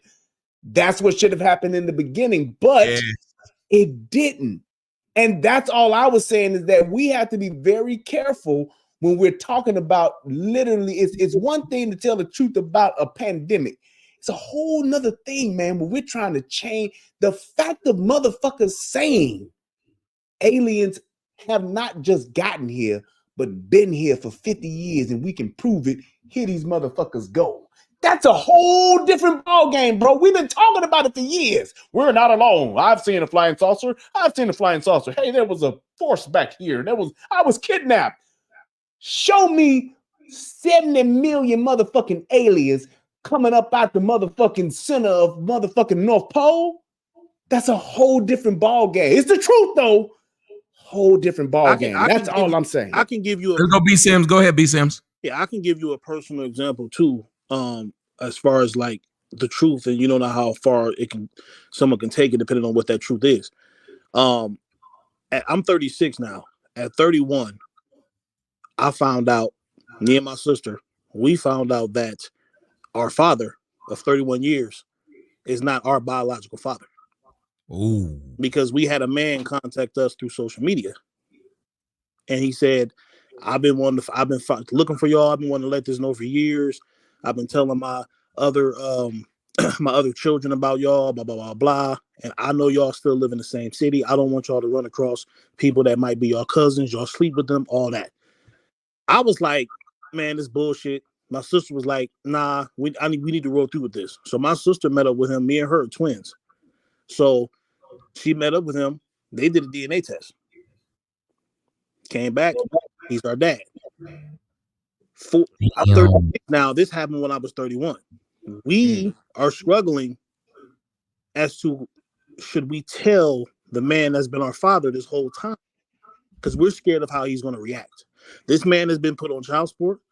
This man has went to prison for child support 3 times. And now he's older. Yep. Now, don't get me wrong. He wasn't there consistently. As far as like as how he is with our other brothers and sisters, but at the same time, still he's went to prison for child support. He's paid it. You know what I'm saying? Like he's so we're afraid. Like if we tell him, he may snap. We don't know what he's gonna do. Here's the other part. Let's just say he doesn't snap, but you tell him, and the next day he dies. Do you know how many people have died from what we've all said? He died from a broken heart. It's certain shit that you can tell someone that can literally break them.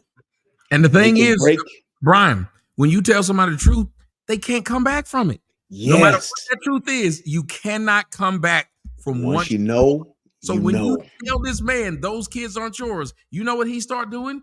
Thinking about all 31 years of his fucking life that they occupied that they should have never occupied. What does that mean to a man? And what does that mean to a man for 31 years who has gone through all that he's went through, and now you've literally taken the very thing that was his purpose and says, hey, just tell you the truth, bro, that ain't true. And the crazy thing is, we haven't even told our mother that we know the truth because she's older. She's older. She's lost her vision, and we stuck in between this middle ground of like, damn. And then our biological dad, he wants to tell everybody. And how do y'all feel about your mom? I gotta hear this, B. Sims. How do you feel? I feel like, because of course, as we as black men, we grow up. Mommy can't do nothing wrong. You know what I'm saying? We grow up, we see that, but it makes me think to myself, you're selfish.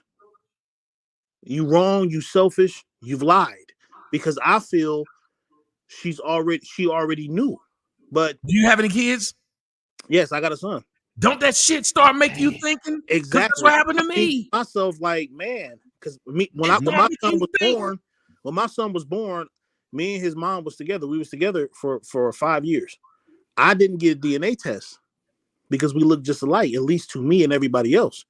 So I think to myself today, like, damn, maybe I should go get one, because what if my daughter's 18, bro? My daughter's 18, and I still think that some days I keep thinking, I just to make sure.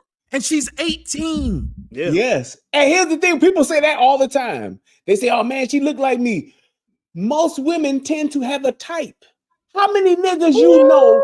How many niggas do you know that you can say, oh yeah, man, that's my boy, and you be somewhere else in the world and see a nigga, but that nigga look just like Clarence.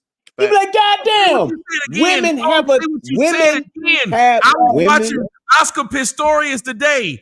All the bitches Oscar Pistorius look just alike. Women have a type, just like men do. So yes, it is very likely that you can find a type of man, and you can be sleeping with two men that look similar, have the same characteristics, same body build, they both got wide noses, whatever the case may be. That old school shit, they got the same eye. Look at the eyebrow. Look like when them bitches be on Maury. Look at that. Look at the nose. Bitch, you just like wide nose niggas. That's all that is. That shit don't matter. It's like when you have, but the thing is, when you have that doubt, do you really want to know? And y'all know what's about to surge after this show, Brian? You know what? After you just said that, you know what's about to surge in the United States? What? DNA test sales. These motherfuckers are about to go. I'm telling you. Like, I'm really thinking about getting one. Once you said that part, hey, bitches got a type. Yes. I'm really and we all know this. I'm really thinking about getting one, because even as my son being 9, I think to myself, if I found out today he wasn't mine, I might kill this girl. And he's only 9, and I don't want to go no longer than that. So now you got on the scales. That's why are you willing to blow your entire life? Just think of how many people will say, yes, I'm going to kill this bitch. Or, you know what? I'm going to leave this bitch and I'm going to go start me a new life. That's a whole different spectrum, bro, of you saying, I'm going to kill this bitch, go to jail, spend the rest of my life in prison because I gotta know. Or can you just say, you know what? I think this bitch ain't shit, but if I find the fuck out, I don't want to pay that price, and I don't want this kid to pay that price. And that's the responsibility of being that truth teller and that truth seeker that we have to think about. It ain't always about pulling back the curtains and say, see y'all, here go the Wizard of Oz. It's about saying, do I really want to understand the ramifications of that once I do? And the crazy thing is, the guy, our biological father, my older brothers and sisters, they were around when him and my mom were dating, and they always talked about how they liked him because he was so nice and polite, and he did stuff for my mom. He was a good man. But if they bring his name up, she goes over the top. She gets angry. What y'all bring his name up for? What y'all talking about him? Mm-hmm. Yeah. And then we used to think, like, who is this guy? Why is he getting so mad? And now it points back to that. We like, maybe she knew already. He even went to court. The one that, not the biological dad, but he even went to court to fight to get our names changed to his. So he believed that he was ours. And that's the thing. It's like, but All I'm saying, as far as just the adult part of us, we have to take into account that part with just telling that truth. Whether we talking about aliens and if the earth is flat, or whether we talking about DNA tests, there is a fallout that some of us can handle, but most of us can't. Most of us can't handle that. But this is where our me, B Sims, and every other man about this age, that especially you have kids, this is where our power lies. We might be simps for these hoes. We might sit up here and see these kids and say, like my daughter, I've been around for 18 years. Even if you told me tomorrow she wasn't mine, you think I would just stop dealing with this child after 18 years? Exactly. Yep. So this is where we should be dealing in truth to our children, because these are brand new computers out the box. Yep. So when Citizen Man talking about that, I think that's what he's more talking about. Like, this is where we should be just logging in truth. We should be letting them know, you know what? I love your mama, but somebody need to tell you these motherfuckers are treacherous. Yes. I may not want to tell you everything you need to know, because I don't want you to know all the things that you need to know about this woman. You know her personally. Yep. But I'm telling you, son, don't trust them. Yes. I'm telling you, you get DNA test on day one. Yep. I did. You don't want to live with that damn regret. You do it. And I think that is our job. So whenever Bro Sanchez or anybody asks me what I'm doing, I'm trying to talk to the brand new computers that's been opened up. I'm speaking in general because I understand I can program you with some fuck shit and you're going to run for the rest of your days wrong. Yep. Garbage in, garbage out. Ooh. Yes. And with that computer analogy, you got to have the hardware to run that sophisticated software, bro. Because if you don't, you're not only going to just fuck up the program, you're going to fuck up and brick the whole computer. It won't be of any use if you try to do that. That's why what he's saying is that you have to put it out there. It's just like with Windows. There's a button you can click and a link that you can go to say, see if this computer can even handle Windows 11, and it will run a complete test to see if it can. And if it can't, it's gonna tell your ass, nah, nigga, you need to stay on this Windows 8. You ain't ready for this shit. And if you try to load this shit, we ain't gonna be responsible, nigga. We telling you, don't do it. But we can't be those people that try to force Windows 11 on everyone, because all of us don't have the hardware capabilities to run that shit. We have to be cognizant of that. The truth is out there, and that's fine to put it out there, but you can't just say, everybody got to know this shit because we got to change this. This is the truth, and it's going to hurt. But no, because some of us are not going to be able to function after it. And we gotta let some of them upgrade. We gotta let some of them upgrade their memory. They gotta upgrade. Some of them can get and some computers can't be upgraded. Yeah, I had a brother ask me one time. He said, like, how long since you guys are putting out all this truth and the flat Earth concepts and all that? How long do you think it's going to take, or how do you think it's going to play out where the world actually wakes up to us and wakes up to it? And what Brian was saying is actually true. You can't just pull back the curtain. So my theory is, just like what Tommy was saying with those brand new computers, we as individuals, we choose to learn the truth. We teach that to our children, and children tend to have more influence on other children more than their parents do at a certain point. So if our children are the cool kids in school that know all this dope shit and they're sharing it with their friends, we're going to have a whole generation of kids coming up after us that know what we know and more. You know what I'm saying? Yep. So then we'll move one step closer towards having that world based in truth rather than what we have now, which is a world built on lies. Because remember, the lie wasn't told overnight. Yes. Right. You are 1,000% I gotta correct. get going. I gotta jump off the panel. I appreciate you having me on, Tommy. It's been a great build. Shout out to everybody on the panel. Shout out to you, Brian, and everybody else in the chat. Appreciate you guys, and I'll see you around. Peace. I'm back, man. Yeah. But they're doing it with kids now, like with Flat Earth. Yeah. I think they're doing it in bite-sized pieces. Like, for example, they'll put it in cartoons. They put it moving. They'll mention it. They'll do it in subtle ways to just kind of throw it out there. Because a lot of people say, "Oh, they doing it to mock it." Why mock it? If it's ridiculous, Why would you mock Yeah. it? Why put it out there at all? Why not just ignore it? So I think that's what they're doing with that, man, on purpose, which is a smart move, in my opinion. I agree. So, Bando Cab, did you have anything you wanted to say? Yeah, I he mean, talked to more of his audience, I think. I appreciate you. No, I'm not talking to nobody, honestly. I'm Oh, well, listening jump to in. y'all. I've been listening to y'all this whole time, man. We've been having a great conversation, so I ain't trying to, throw off the momentum. But I really felt what B Sims was talking about in his story. And, being honest, I kind of have something similar, like where my mom, she had me and my brother very young. She had my brother when she was 16. And when he was born, she pretty much lied to him, told him that this guy was his father, and he wasn't in our lives at all. So my brother never went to go check. But once he got older, he found out and found the dude that she told him that was his real father.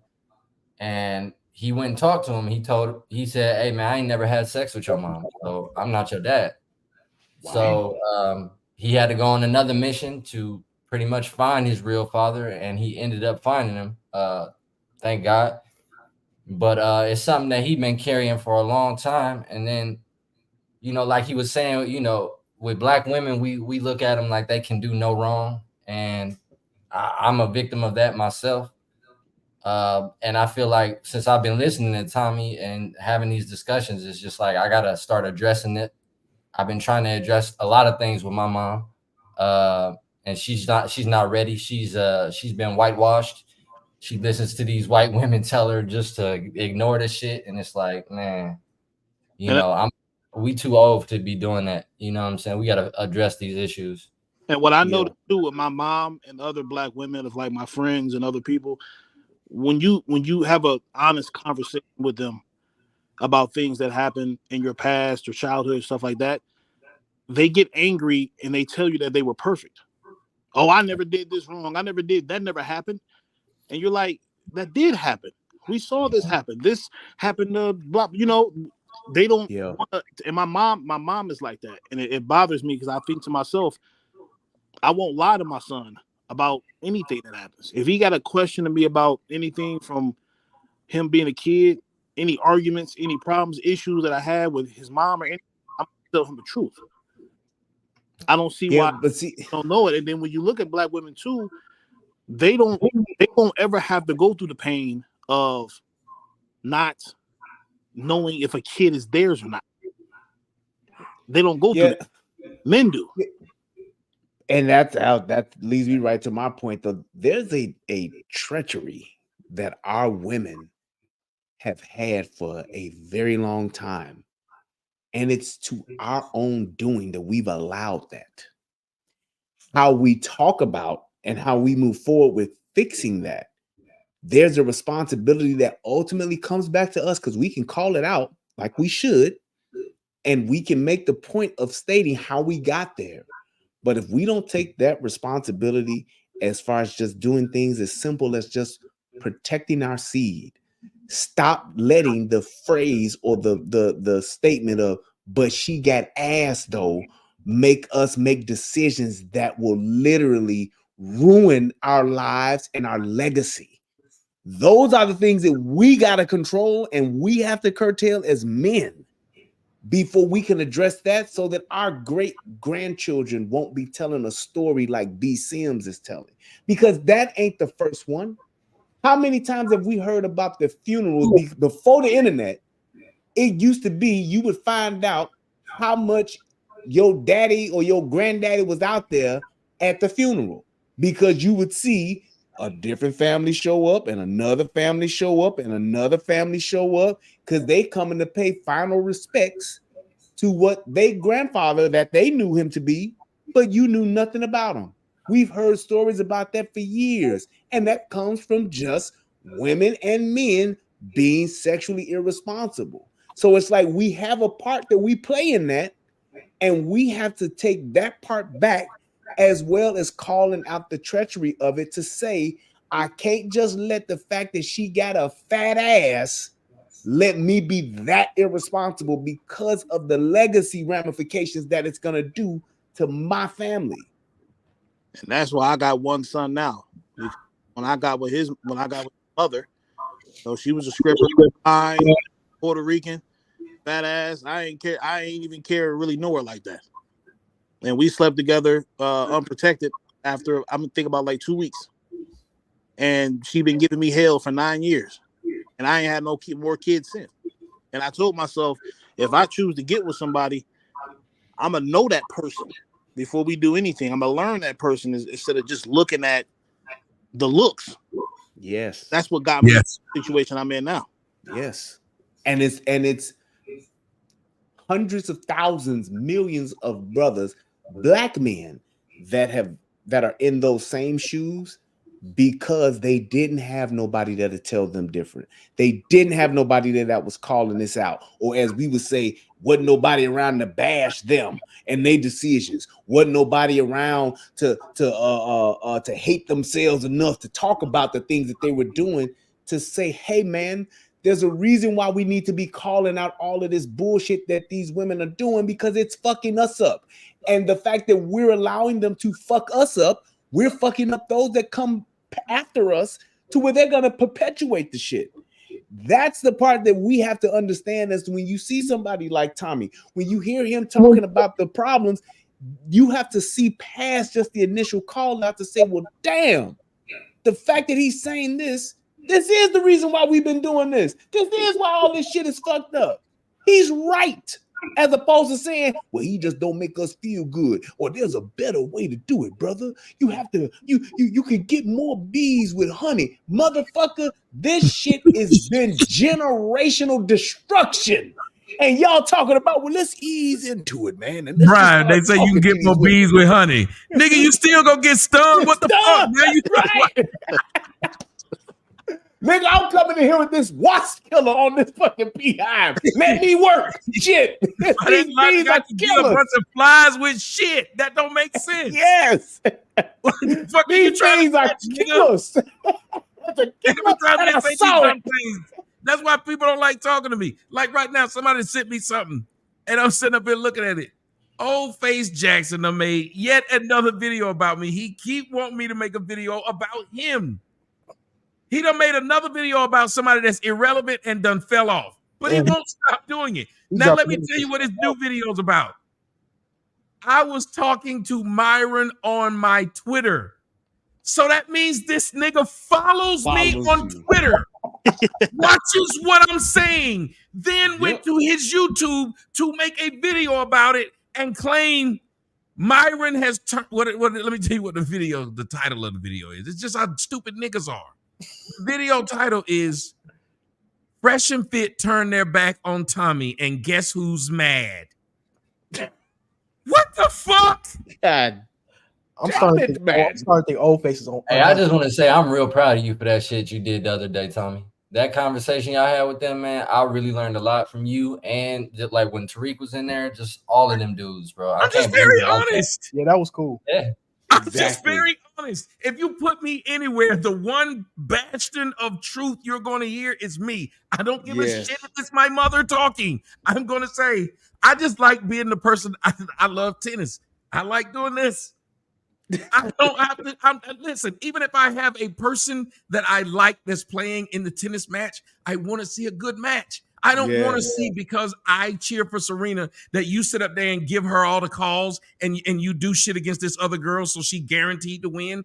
First off, if you like sport, I'm listening to them dudes. And when I hear them say things that honestly to me was fucked up, like when I heard that one say, what are y'all lead in? Selling crack? Wow. Sneeko said that. I said, oh, this nigga's a clown. Yeah, when he said that, I said, this nigga's a clown. Yeah, they on some alt-right shit right now. It's crazy. Red nose. You just gonna say clown shit and we're supposed to go along with this? It's not a real debate now. Once I watch you say, but I'll call that out with Tyreek. Once you start saying clown shit, it's not a debate. You're just fucking about now. Yes. Yeah. Yep. And then there's another part of that too, where we get so caught up in, you know, the trajectory of somebody, you know, ascension in social media, and we don't question it.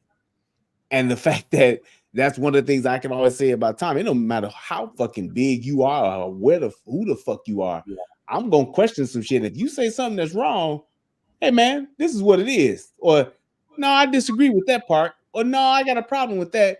But there's so many people that are so caught up in watching a Sneeko, they'll let him say some sideways shit like that and won't nobody say nothing. And say, well, what the fuck does that mean? Explain that part.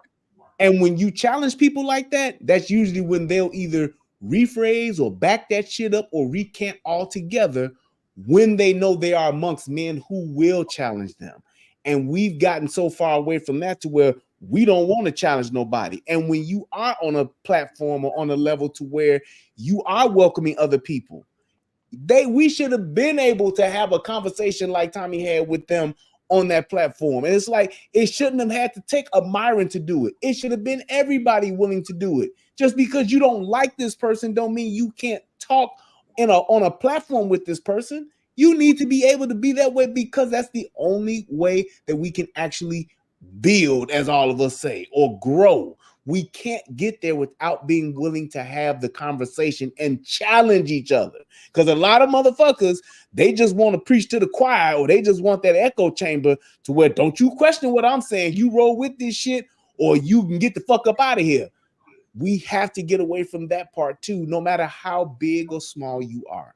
And that's why somebody said, O'Shea is right. When you down your people, you fall fast. I've been doing this since 2009. Y'all niggas ain't got no fucking job. You've held this long. Fall fast. You still making videos about me, nigga. Fall fast. I'm still bigger than you. Crazy. Exactly. I fell and still standing over you. It's like I sit up here making no videos to try to get people to watch me talking about old Face Jackson. If I've fallen, I would be doing that. I would be trying to stay relevant, making videos on him. Yep. And relationship rehab, that's why I don't understand why people were getting upset. Or when they were not getting upset, but they were going in on Terrence Howard for questioning Neil deGrasse Tyson. Why can't he question? Yes. Why not? Why can't people question, whether you believe in the flat earth or not? Why can't people question it? We have a government that's been known to lie to us. They lie to us about medication. They lie to us about food. Why can't they be lying about this? Yes. People question that. Why they have to be stupid or dumb or uneducated? Exactly. Question something like that. And there are some things that you just know. There's some 1 + 1 = 2. And then there are some things that you do question that you should question. It was just like when COVID hit. I remember one of the podcasts I was on. I can't remember who exactly said it, but they said it and it made so much fucking sense. They was like, man, if this pandemic was really real, the homeless would have been dead in droves weeks ago, months ago. And I said, fuck, you're right. And I made the analogy of that Blade 2. I said, when that motherfucking Blade 2 was building his army, the first people he started killing was the fucking homeless people. I mean, not Blade, but that other shit, the goddamn vampire joint. I can't remember the name of it. Somebody's gonna remember in the chat. But it first started being where that initial army of those fucking vampires, it was the homeless people who got turned first. Why? Low-hanging fruit. Motherfucker sleep on a pie, bitch. Hey, man, let me make you a vampire. And I said, that's the same thing that would have happened. We would have noticed, hey, man, there's a bunch of homeless people that's just popping up dead on the streets. And I said, damn, that makes sense. And that made me start questioning all this extra shit. And I said, that is true as hell. You can't deny it. However, let's ask questions about the rest of the shit. Where the fuck did it come from? Why did it come up now? What's been going on? And as we ask those questions, slowly but surely, the shit started coming out. And what did our government do? Started telling us not to question it, which made us want to question it even more. But when it came down to saying, well, you losing your platform, you getting your content taken down, you can't do this, don't question the truth, don't question the science, don't do this, then that's when everybody said, well, we're going to do one of two things. And the majority of us said, we're going to go along with it. Yeah. And then there were others that said, I don't want no parts of this shit. Fuck that shot. Fuck these lockdowns. Fuck these masks. All of that shit. And that is how we got to get, when we thinking about flat earth, when we thinking about DNA tests, when we think there's a divide that is going to occur, and you need to take into account as to what the gravity of that will be and try to play it out to see how severe the fallout would be, because there's going to be a fallout. Yeah, my senior year in my science class, my teacher, I still remember his name, Mr. Masterson. He kicked me out of the class because he was telling us about planets and stuff. And we were reading through the book. And he was giving us all this information. And I asked him, I said, how do you know? And he would say, it's in the book. It's in education. I learned it. And then I say, who wrote the book? How do they know? And then where they get that information from? And then that person they got that information, how do they know? Because I see it as this. 99.9999% of people have never been to space, even including Neil deGrasse Tyson. We've never been there, never seen it.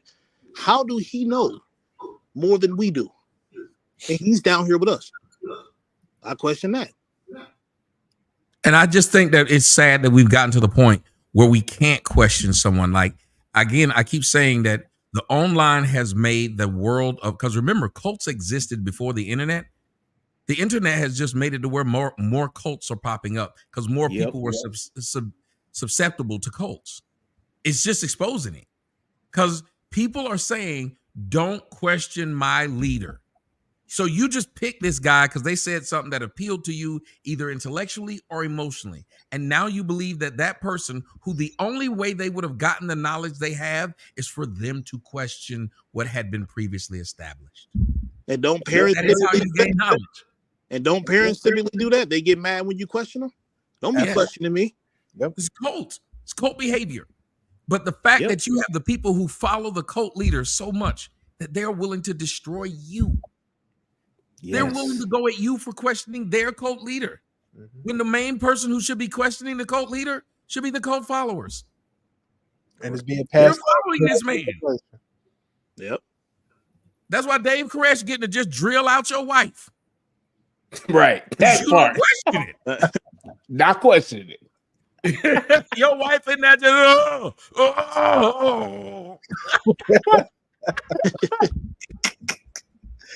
Yeah, I should be able to question my girl. Why you come back in at 4 o'clock in the morning? I'm damn sure gonna question that. I'm gonna question it and end it with a fuck you. And tell her ass, you can go over there if you want to, and you better stay with him. What was Dave? What kind of teaching was he doing? Like, yeah. You can go over there if you want to, bitch, and just stay with him. That's all I ask. You stay right there with him.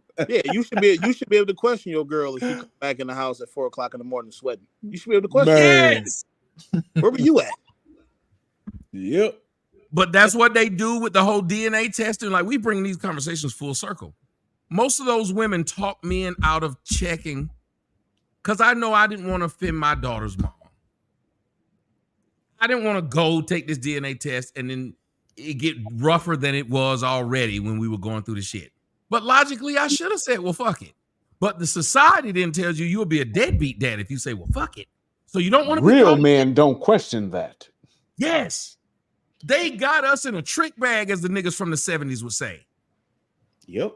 We're in a trick bag. We can't win. We dancing around, motherfuckers. And at the end of the day, the only thing matters is what's happening to you. But we keep worrying about, she gonna say I'm sassy. That's what they worry about today. The men are worried about being called sassy today. So they are afraid to question these people. You questioning me, you being sassy. Ooh. Yep. Well, I'm gonna be sassy, so let me stop questioning. Let me stop. Yep. You a coon. Yep. Oh. You coon. Them coon talking points. Yep. And when you see that, and just like when you see that now, how many people are going along with, or not even necessarily going along with it, but they condone it. They let it be said. They let it go on, and they laugh and giggle and get entertained by it, as opposed to saying, well, wait a minute, this person does have a point. Well, wait a minute, this person can't speak to what he's saying. Well, wait a minute. It's more people that's going along with the bullshit than it's actually people that are telling the truth and challenging the shit that's being said. And when you have that, you got to be cognizant of saying, if we were to actually tell the whole truth and nothing but the truth, a lot of these people are so used to living in that dysfunction that they could not survive the detox. They literally would die from it. But think about it this way. Motherfuckers will quote science, but they won't even quote what they just quoted. Meaning, the theory of relativity. It's in the fucking title that it's a theory. It's not a fact. Yep. But you say this to them and they don't even understand that. That's why I've always said to you, Brian, and everybody else, words matter. Yes. Gravity Very is a true. theory. Yes. It's a theory. It's not a fact. So when people say you stupid for questioning it, gravity questions itself. That's why it says theory. Yes. I believe they came up with gravity to make sense of water sticking to a ball that's spinning out of control. That's the only way they can make that make sense. Gravity. Even they knew it questions itself. Yeah. The whole purpose of science, why they write these white papers, is because they want somebody to come in and question it. They publish them. They literally publish their findings so other scientists can question it. Yeah, that's science in a nutshell. I was called dumb before because I asked the question about the moon, because of course the flat earth theory of the moon is that it's a disc and it's translucent. It's a light. So it's not a physical thing like a rock. So my question to them was, I see the daytime moon all the time. And when you look at that daytime moon and you look between the craters of it, you see the sky behind it. Well, if the moon is in space, you shouldn't be able to see the sky behind the moon unless it's down in the atmosphere with us. So how are you seeing the sky between the craters? And also, we know that if the moon is a rock and it's not a lesser light, how is it when it's out in the daytime? Why does it appear to be translucent in the daytime if it's a rock? That doesn't make sense. Science knows that every theory it comes up with is going to constantly be tested and can fail. They know it when they come up with it. They understand it can fail. And they are actually glad when it does, because they're getting closer to the truth. Yep. They don't want questions. They don't want nobody to question anything. We tell y'all this, that's what it is. Be quiet. Go watch your Netflix. Go eat your fast food. Go drink your tap water. Don't question anything. And it's so ingrained in our culture. Go ahead. Sorry. No, I was just saying they just shut us up so quick. You know what I'm saying? But go ahead, Tom. Because they've understood that there's power in that. Like, think about it this way. Imagine if somebody came up with a pill. Well, if they came up with a pill back in the old days, the idea of coming up with the pill was for the pill to be effective, and you wanted it to be as close to 100% effective as possible. You know what changed? Bottom line.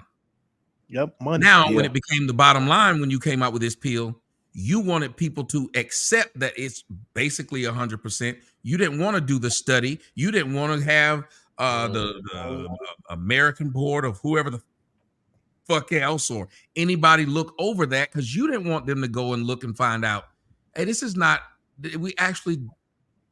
good. This is more of a placebo than anything, and you got to take it back to formula. Yep. One of if you look in Spider-Man, what was Doc, the original Spider-Man with Tobey Maguire, what was Doc Ock's problem? Is when one of his scientists said, we're going to have to take this back to formula, because he knew they would lose millions. He said, no, I'm going to need you to back this and say it works.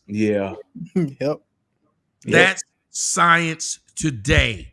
I need you to back this and say it works. If I say that there's a planet that's here, if I say that this planet has this type of is made up of this stuff, I don't need you to question it, because if you start questioning it, then I am not the authority on that. Yep. And the pharmaceutical industry, when you look at the pharmaceutical industry, what they do with medications, for example, when I was in middle school, I was on anxiety meds, Paxil, Zoloft, and Lexapro. Them three particular. All three of those were taken off the market probably about 10 years later because it was causing people to commit suicide, and it was causing issues in people's brain. I remember when I first took the pills, I used to fake it because I didn't like how it made me feel. So what the pharmaceutical industry does is they put the medication out and says, this is what it's going to do to help you, knowing that it can harm you with these things, but they wait until they get their profits first. And then they'll come out and say, hey, this does this, this does this. We're going to take it off the market to make you believe that they were the heroes when they knew it from the beginning. They just had to get their money first. Yep. Exactly. Nobody questions any medication that comes out. Nobody questions, okay, what if this don't work? Yeah. What if it got stuff in it? No one questions it. Well, hell, look at Ozempic. Yep. Yeah. Ozempic is, and they're purposely making people fat. And what makes it really weird is all the celebrities that's doing it, it's overly expensive. Even Oprah, I don't know if y'all know, Oprah is literally sick as hell. Yep. Throwing up. That's been something that, but that's the thing. It's like, that's the inevitable part. Right. There's always going to be that dollar that's trying to get made. There's always going to be that other side that's going to say, well, let's just do this. I mean, even once we went so far down the rabbit hole with the COVID thing to where they started getting themselves, and we knew it. They were literally letting this information be known, where these pharmaceutical companies were starting to insulate themselves legally, using our Congress to do it, getting bills signed, getting laws passed to where we can't come back and sue them. We sealing records for 75 years.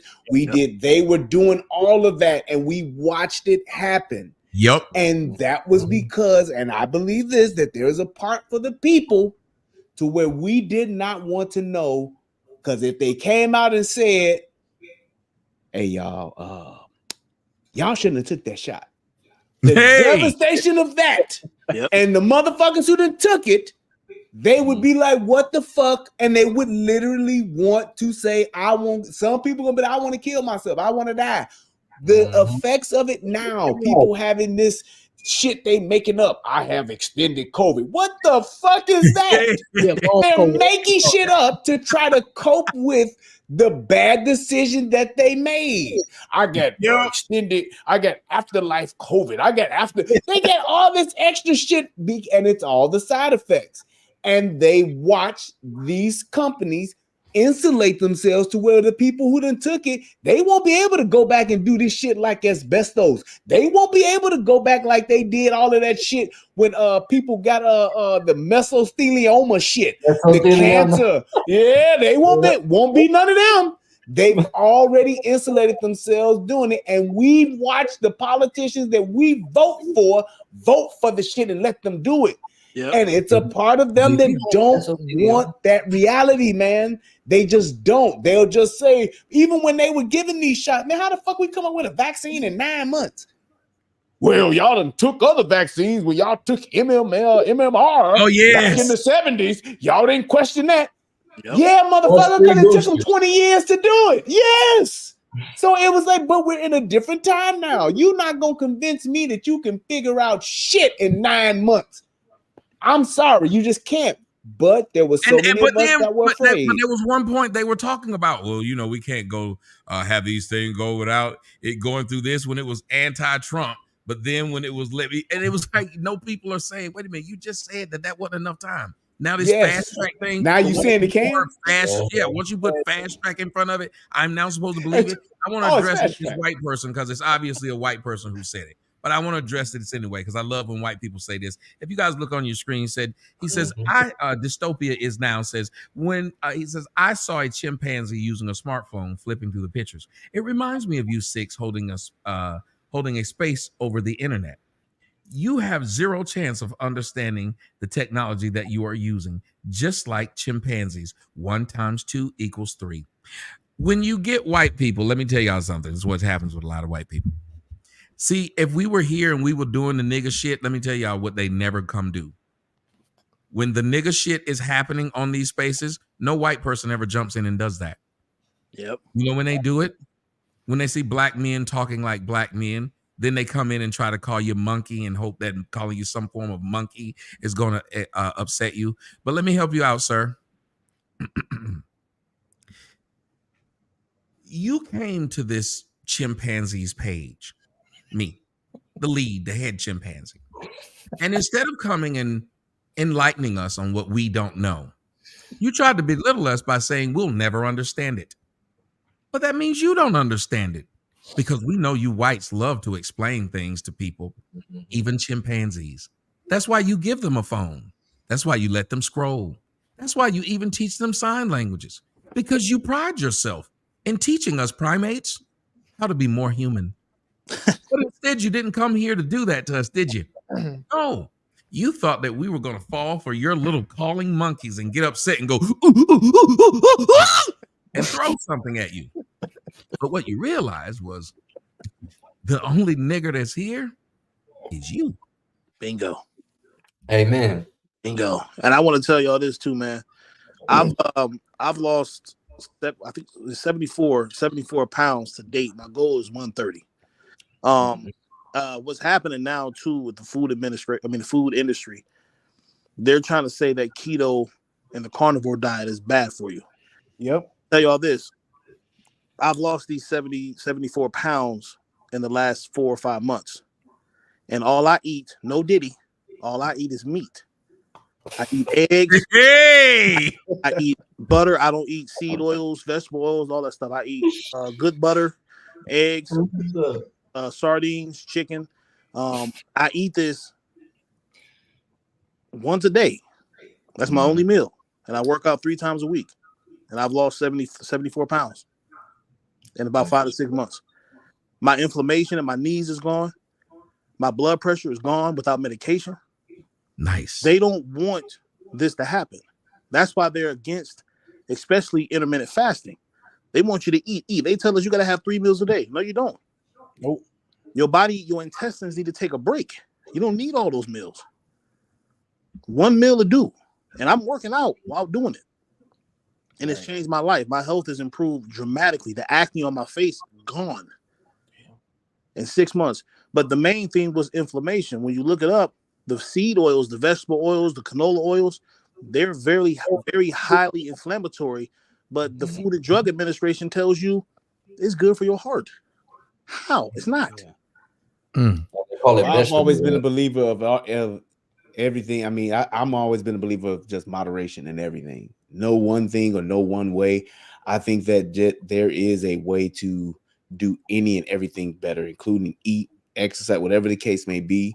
It's just that figuring that part out is to what I believe is part of the journey. Learning how to do those things and what to do. I think that we're all so individually different that there's a way to figure it out to where something may work for you, may not work for this person, may work for that person, may not work for that person. But I think going on that journey to just be better as far as health and all that kind of stuff is concerned, I think that is the overall overarching message that I want everybody to have. It's like, because like you said, it's a lot of shit that we are given that's put in our food that you can't even put in food in other countries. It's certain they won't even allow you to have the shit. You can't even, it's illegal. Like literally you will go to jail possessing this particular additive or some shit like that in other countries. And that says a lot to us about what we have allowed to be, given to us as a country, and how we need to take a better look at that and just do that one thing. We need to start asking those questions. And yes, for people that want to drink like sugar-free sodas and stuff like that, and they think, oh, this is 0 calorie, this is good for me. This y'all got to understand. When you look at the ingredients on those sodas, they have things like sucralose, they have things like what is it called, maltodextrin, high fructose corn syrup. Those are all things that are able to be labeled as to be not sugar, but they are. Yeah, actually worse than the other processed sugar that we eat. Yeah, just like how they're able to put this stuff on the ingredients and tell you it's sugar free, even though it's not, and nobody questions it. They went on I can clearly remember how when Diet Coke and Diet Pepsi came on the scene, and it was the thing. It was backed by doctors. Doctors would tell you, yeah, don't drink that regular Coke, drink Diet Coke. Don't drink that regular Pepsi, drink Diet Pepsi. And everybody went on this whole, I drink the diet. I'm better than you. I'm taking better care of myself. Wow. And then 30 years later, all of these motherfuckers started saying, I think this shit is related to my cancer. Oh. Yep. Oh, you remember that the blue sugar in the pack? What was it called? Yep. That sweet and low shit and the equal. Yep. Literally said on the back of it, known to cause cancer. Damn. Yep. And we shoveled that shit in our systems all through the late 80s and 90s. That's all everybody was on. If you're healthy and you're taking care of yourself, if you're a health nut, you drink diet pop, not the regular. And now everybody, I get my Coke from Mexico because they use cane sugar all the way back to square one. Shout out to Dr. Sabi. I've been taking his herbs for years, man. Hey, y'all should fuck with Dr. Sabi herbs for sure. Yeah. That'll save your life. I learned all this stuff from a whistleblower. I don't know if y'all remember that book called Natural Cures They Don't Want You to Know About. It was written by a guy named Kevin Trudeau, a whistleblower. He was in the Brotherhood. And he decided to come out and expose the FDA and the government for the things they were lying about as far as food and the drugs. He did 10 years in prison. He just got out earlier this year. Damn. Yep. That's the life of a truth teller. Yeah, they took That's the life of a whistleblower. Yep, they took all. Snowden didn't get to live up in Montana and just chill. He had to go to Russia, people. Yeah, that nigga Snowden dipped out. They took all his money. He was smart. He was smart enough to put his money, some of the money he had, the millions he had, and put it in other people's name so they can have it when he got out. But they took all of his money because they didn't like what he was saying. Fucked up. That's why I listen when I watch people sit up here cheering at the fact that they block me and kick me down, and they're not sitting and saying to themselves, and I want to make sure that the white boy understand, the one over there who's talking all that shit, I want to make sure he know, sir, you follow me, I don't follow you. I'm looking on your page. It said, if you want to debate, I'll give you 5 chances. So take your L and go. Don't pollute my feed. Says Mr. 210 people you're following and 253 people you're following. You said, take your L and go. Don't pollute my feed. And yet you came over to my channel to do what? Pollute my feed. Exactly. He said, I just did it, which apparently I just acted the way that I would. He didn't acknowledge anything I said. Mute yourself. He didn't acknowledge anything I said, which was straight up this. If you're the one with the knowledge, give us the knowledge. Even though you believe that we're monkeys, you can come and give us the knowledge. If you think we don't know it, we didn't sit up here and act like we know everything and that we're not willing to listen to your old white Jesus, old white God, and all-knowing, omniscient, omnipotent. We will listen to you, white guy. Remember, you said you'll debate, and you said take your L's and go. Don't pollute your feed. So don't pollute mine, because, again, you follow me, and apparently you like watching monkeys, because I don't follow you. And as a matter of fact, from looking at your numbers, no one does. Your own white people don't follow you.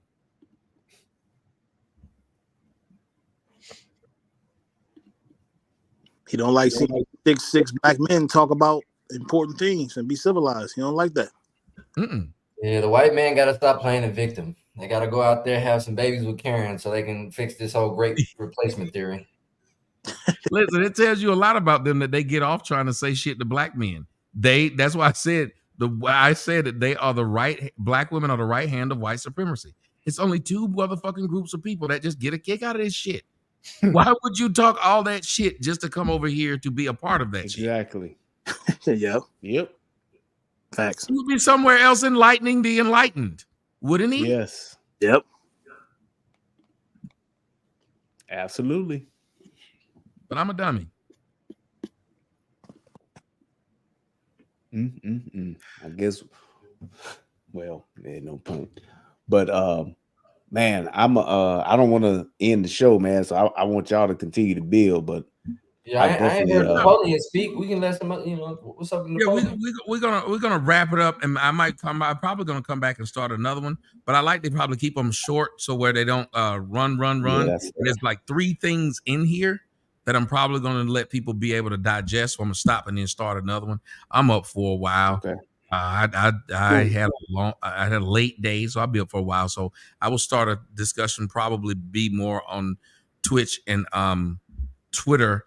But I might get a space over there going. But yeah, my man Tone said he likes the health talk, and these are talks we don't get a chance to have. And I like that the evolution of this conversation, it never devolved into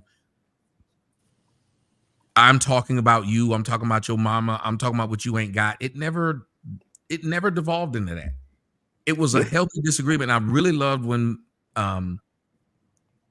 when Brian was disagreeing with Brother Sanchez.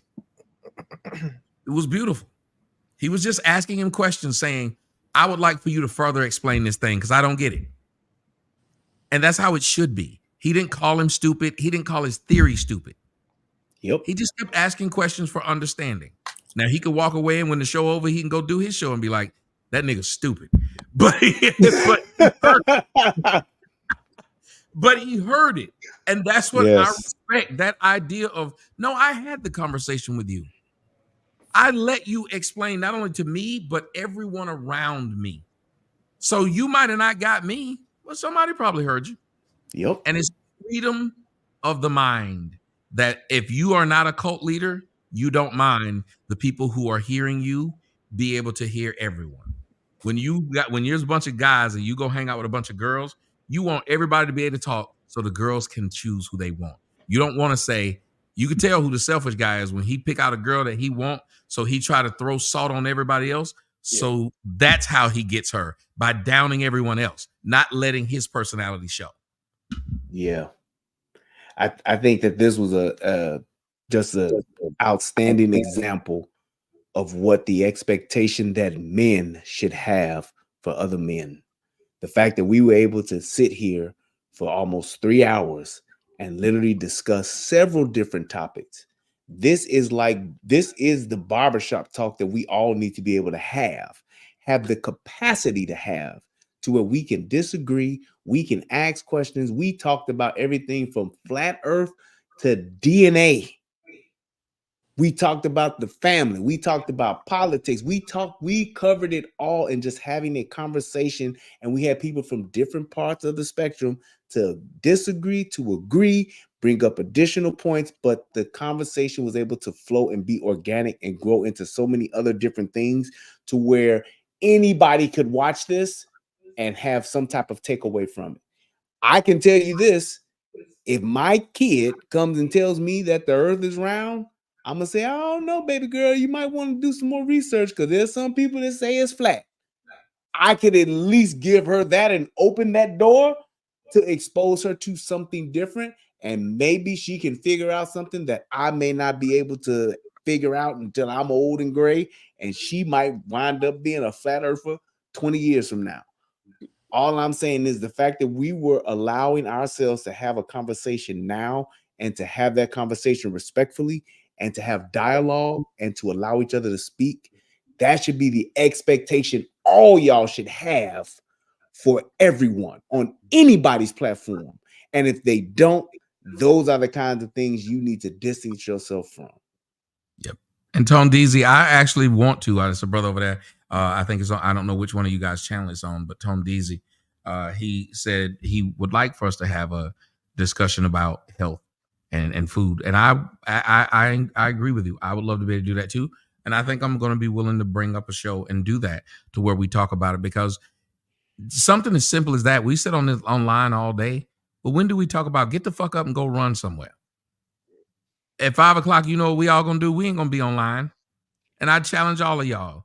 At 5 o'clock, if we gonna be online, it's gonna be somebody gonna do a show where we out walking, and everybody else gonna jump on this panel, and we gonna be showing where we walking and how beautiful the scene is. How about that? Wouldn't that be something? Sounds great. I'm down. Yep. We in the gym. Everybody in the gym. Everybody that went to the gym. If you got a home gym or you go to the Planet Fitness, 5:30, we all about to do this. We gonna hop on the panel and we gonna say, all right, now we about to do 10 push-ups, and everybody that's on that do it. Think about that. Imagine that. Imagine Brian come up here and saying how he make his asparagus, one of the best ways to make it. And you do the show that where he talking about, hey man, I know y'all don't really typically would like this, but let me tell you how this can lower your cholesterol, and it's good. Yep. We don't do that. Get more black men. Some lies, like Tone Deasy said. We could say some watermelon juice. Yeah, we could save some lives if we did. Black seed oil. We could save some lives if we did. That's good stuff. Yeah, we can also get more black men to, read more books. We can get on there and talk about certain books that we read, recommend other books. The brother Connecticut said, I did 20 push-ups while listening. It should be plenty of niggas out there that's watching this panel, and you know what they would be doing? Something around the house, nigga. Clean up the garage with your phone, and listen to us, laugh, whatever. Your whole garage got clean. Yep. You're gonna have a show with everybody doing a spin class while you're talking, Tommy. That would actually be fucking perfect. You'd be surprised. My mother, back in the mid-90s, I think I was gone for about a year and a half at that point. Came home and she was skinny. Had guys in the army with me, came home. They thought she was my sister. I had no idea. I'm like, good, I'd never seen her that skinny before. It turned out, she says she watched so much news during the day that she decided to get on the treadmill while she was watching the news. Never changed her schedule. Yep. Good stuff. And think about your mind be on what they saying. You be pissed off what they saying. You forget that you just ran 2 hours. Yep. Yep. Very true. If you can't it's run, one of the easiest way to get shit done. Yeah, if you can't run, walk. That was another big part of my weight loss success. I just walk. I always made sure I walk at least 10,000 steps. 10,000 steps. Sorry about that. At least. Yeah, don't let people make you feel bad because you walking and they running. Fuck them. Yep.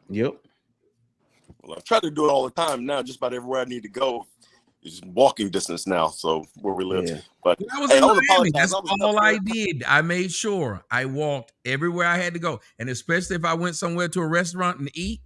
What I said was, I can go get to a nice restaurant, but my black ass gonna have to walk back to that hotel. So I'm gonna have to realize where these restaurants are. And then it got to a point where I said, let me see if I can get that one over there by Miami Arena and see if I can make it all the way back to the hotel. Yeah. That's what I literally started doing. I did the same thing when I was in Savannah. It don't matter where I'm at, how far it is. I'm going to try to go to a far restaurant because I want to see if I walk back home. Yeah. And that walking does make a difference. I can't run because my feet are as flat as the earth, but I can definitely walk. That's what drove me crazy. That's the reason I finally got on here. I've been trying for years to get on the live, and that flat earth stuff drove me nuts. I was going crazy in the chat, and it took me forever to get up here. I finally got up here, and then I realized the camera wasn't on.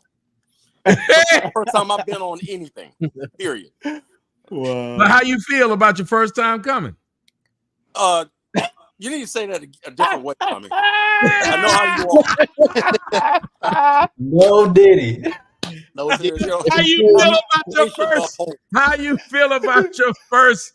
The first time you orgasm, how'd you feel? You can't say it that way. Your internet orgasm. She might come down here. Intellectual orgasm. But it's one of those things where, like, I've watched people do that. I remember when I first started doing it. It was people who was like, I never did anything like that. And then they started doing it. Yep. And they were like, you know what? I like this. But it was the same thing with working out. If you can get people to say, you know what, fuck that. Because I will tell y'all one of the things, because I'm old. And when you've been like sitting down for a long time, that's how I got so big, been sitting down for a long time doing a bunch of shit. When you get up and you finally start walking, anybody know what I'm talking about? Y'all know where I'm about to go with this. You get to walking and your thighs start burning and you get that itch in your legs and you want to stop because it hurt. I mean, it's hurting, man. Yeah, it hurt. Legs are that big to rubbing like that. It can't be. You that's the hardest part about the gym is getting there. It's about consistency. That's it. One thing that people won't talk about, because I'm the same as you, I'm 48. A lot of people will talk, especially if you haven't done it a long time or you haven't done it at all. You start working out, people get burned out real quick. They don't understand that you can't overdo it at the beginning. Because it's a lifestyle, not necessarily, okay, I'm going to work out and they get to where I am. Next thing you know, they're yo-yoing all over the place. Bingo. You're and, right. And that's what COVID did for me. How many times I ballooned up. And I'm probably at my fattest right now. I don't know. I have no idea what I weigh at all. Yeah. But I'm like 240 something. So I'm way too much. They want to hand me the ball off and let me get whenever it's 4th and 1, they give me the ball. Here you go, fat nigga. Roll over into that first down, motherfucker. Roll your ass into that first down for us. Get your ass in there on that halfback dive. You gotta be good. You 240 for real? I can't believe you're 240. I just can't believe it. I'm 240. Listen, this is what I am now to play football. If they gave me the ball, here's what would happen. If you need 1 yard, I get you 3 yards. If you need 5 yards, I get you 3. Hallelujah. 3-yard Tommy. That's it. All I got is 3, Yeah, nigga. but the problem is he'll get -3 if I'm gonna run 1 and fall 2 of them yards. I'm falling 2 of them yards. That's all I got. That's it. Maybe 3.5. Yeah, that's it. That's all you get, buddy. Yeah. You give me the ball on 4th and 5 if you want to. You gonna get fired as a coach, not me. I got 3 yards. If I get you 4 yards, it's a bad spot. Trust me. Nigga, if I see an opening and I look like I can get more than 3 yards, I'm gonna kneel at 3 I'm going down. Why did you kneel? Just want to stay consistent, coach. I'm a fat nigga. That's what I do. I wake up every morning before I speak to the kids, before I speak to my girl. I see what's in the refrigerator. Problem is, you've probably been eating a diet of kings lately. That's probably what's been going on. I knew when I got fat when I had a pre-Sprite for dinner. No, you moved back to Atlanta. That's what got you fat. You know what I'm talking about, Napoleon. You had that one tray. The fact he called it a pre-Sprite. What the fuck is that? That's the one that starts the dinner off. That's a pre-Sprite. That's crazy. You had a pre-Sprite. Hey, who drunk my pre-Sprite? No, I think it was just Jim. Y'all know I like a pre-Sprite. There's only one Sprite left. You greedy motherfuckers. Ooh, don't you drink that pre-Sprite? You know. Just put 2 of them down there. You're gonna have one before we say any prayer and everything. You're gonna drink that one. Pre-Sprite. A pre-Sprite. It's not the real Sprite. The real one's the next one. Right. The Methodist Church, we call that vodka. Oh my goodness, he made up a pre-Sprite. Oh, you can get a pre-Coke. You know, it's just pre-Pepsi. Boy, I tell you. Yeah. On that note, I love you, brother. Yeah. Thank you so much, man. I love you too, man. And thank you for hitting me up, because if it wasn't for you, this conversation wouldn't have been had, because I probably would just sit there and been mad. Hey, I don't know what made you hit me up, but something made you hit me up, and whatever made you hit me up knew I needed it.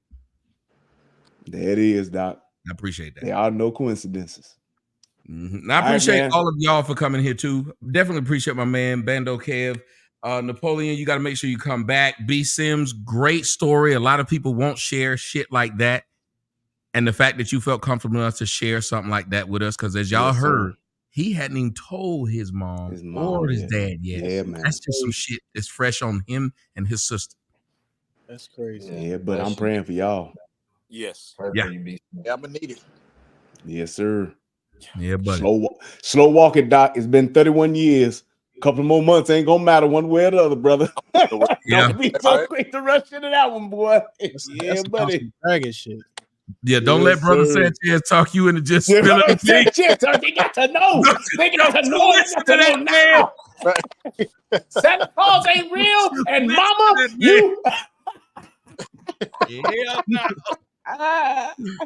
Brother Sanchez like throwing grenades and walking off. Hell yeah, walking off, nigga. He don't see none of the limbs and shit. None of it. His back is to everything. Ooh, Brother Sanchez, he just pop out of nowhere. Pow, walk up. Sniping nigga. He leave nothing but carnage. What happened? All I saw was Brother Sanchez walking away, man, and everything else just blew up. He was like them bombers on the Boston Bombers. They just walking off with their backpack. They ain't see nothing. Yeah. He was 8 blocks away when it went off. No, do not listen to that man, P. Sims. Brother Sanchez like Mr. Glass, watching them trains and shit blow while he walking the other way. Like, yep. Ooh, this nigga the Unabomber. He read about it in the paper. Right, yep. I ain't like the Unabomber. This motherfucker, man. The whole building blew up in Oklahoma. Brother Sanchez in Texas. Right, yeah. It's crazy. I'm watching it Do on the not news listen to now. that man. Nope. You think this shit through. Then you make a decision what's best for you Yes, sir. and your family. Yeah. Fuck what Yes, I sir. say, anybody else say.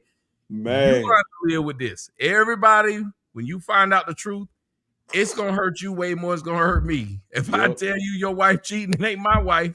Yep. I'm telling you, Jack. Wouldn't Yes, y'all sir. rather the wife tell you? Because I'm gonna tell you, man. My I had a homeboy. His It's better coming from her. yeah. Before you finish, it's better coming from her. What ended up happening was when we found out she was cheating on him, and it wasn't me, but I kind of understood where it came from. The other homies, they started to want to sleep with her because they felt like, oh, she going. Oh shit. Yeah, that's what happened. I'm like, man, See? they like, no, she going. She See? like that. I'm like, Hell oh, no. y'all. He said they didn't want to tell. They wanted to do it. You know the best See? way to find out? Like The best way to that. find out is be in the subway and have Al Pacino come and talk to you like he did in Devil's Advocate. Man. And That's your the best own homies. Your own homies sitting there talking about, let's treat her like the whore she is. We all gonna fuck her. He's Yeah. right. No, I don't trust niggas. They will do that. Before Yeah, a nigga man. tell you your girl giving out pussy, he will take some of that pussy. Yep. Yep, facts. Yeah, Well, buddy. that's something I told my nephew and his best friend. One thing that never understood. His best friend came up and told us, "Oh yeah, I just got hooked up. I'm going out with this girl. Met at the restaurant. We just left." I said, "You told us. How many people did you tell us before you got to us?" "Oh, I told a couple." Right. Guess what? She won't make that date.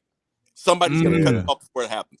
It happens all the time, and I try to tell people sometimes you just got to keep your mouth shut, especially about something like that. Yep. But we don't. I don't know why. Yeah, man.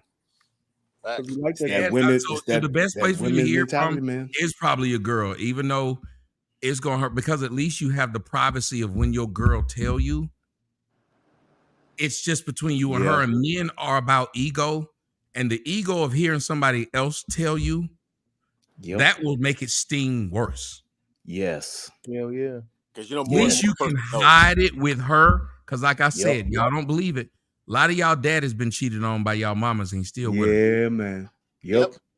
Facts. Yep. And that's the thing. And a lot of men, there are some men who have not even had that conversation with themselves to know what they would do and how they would handle it. Oh, And if you haven't, bro, it is devastating, man. And it's like, yeah, I know what I'm gonna do. I got my mind made up.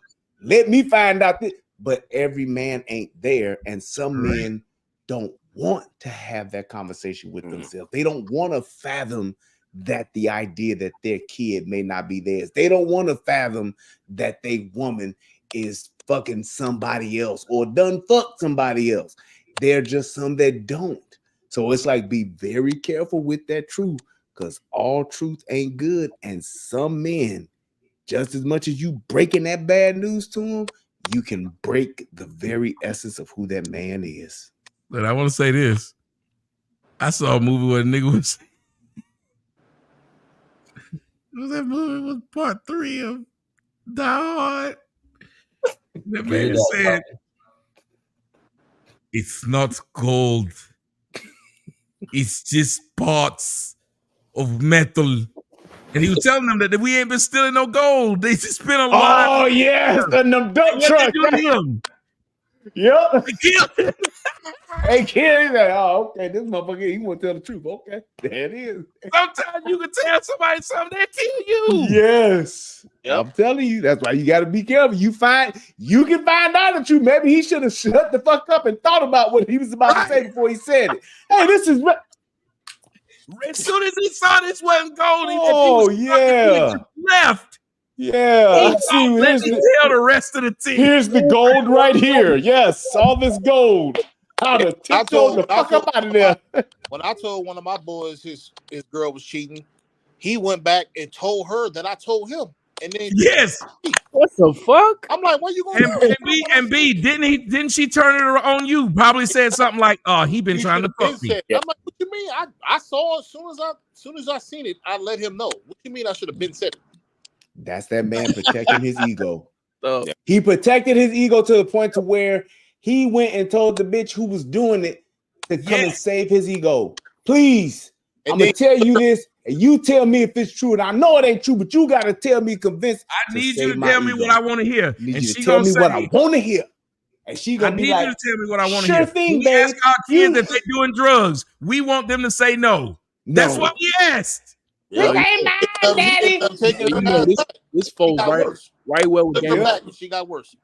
because remember in Game of Thrones, Tommy, what happened in Ned Stark when he's going to tell the truth? What happened? Which one of them? Ned Stark. Yeah, he killed that nigga. Oh yeah. They killed him for knowing and the truth. Didn't nobody see that shit coming. Nobody. You saw Ned head on the pipe. Killed that nigga in front of everybody. That's it, man.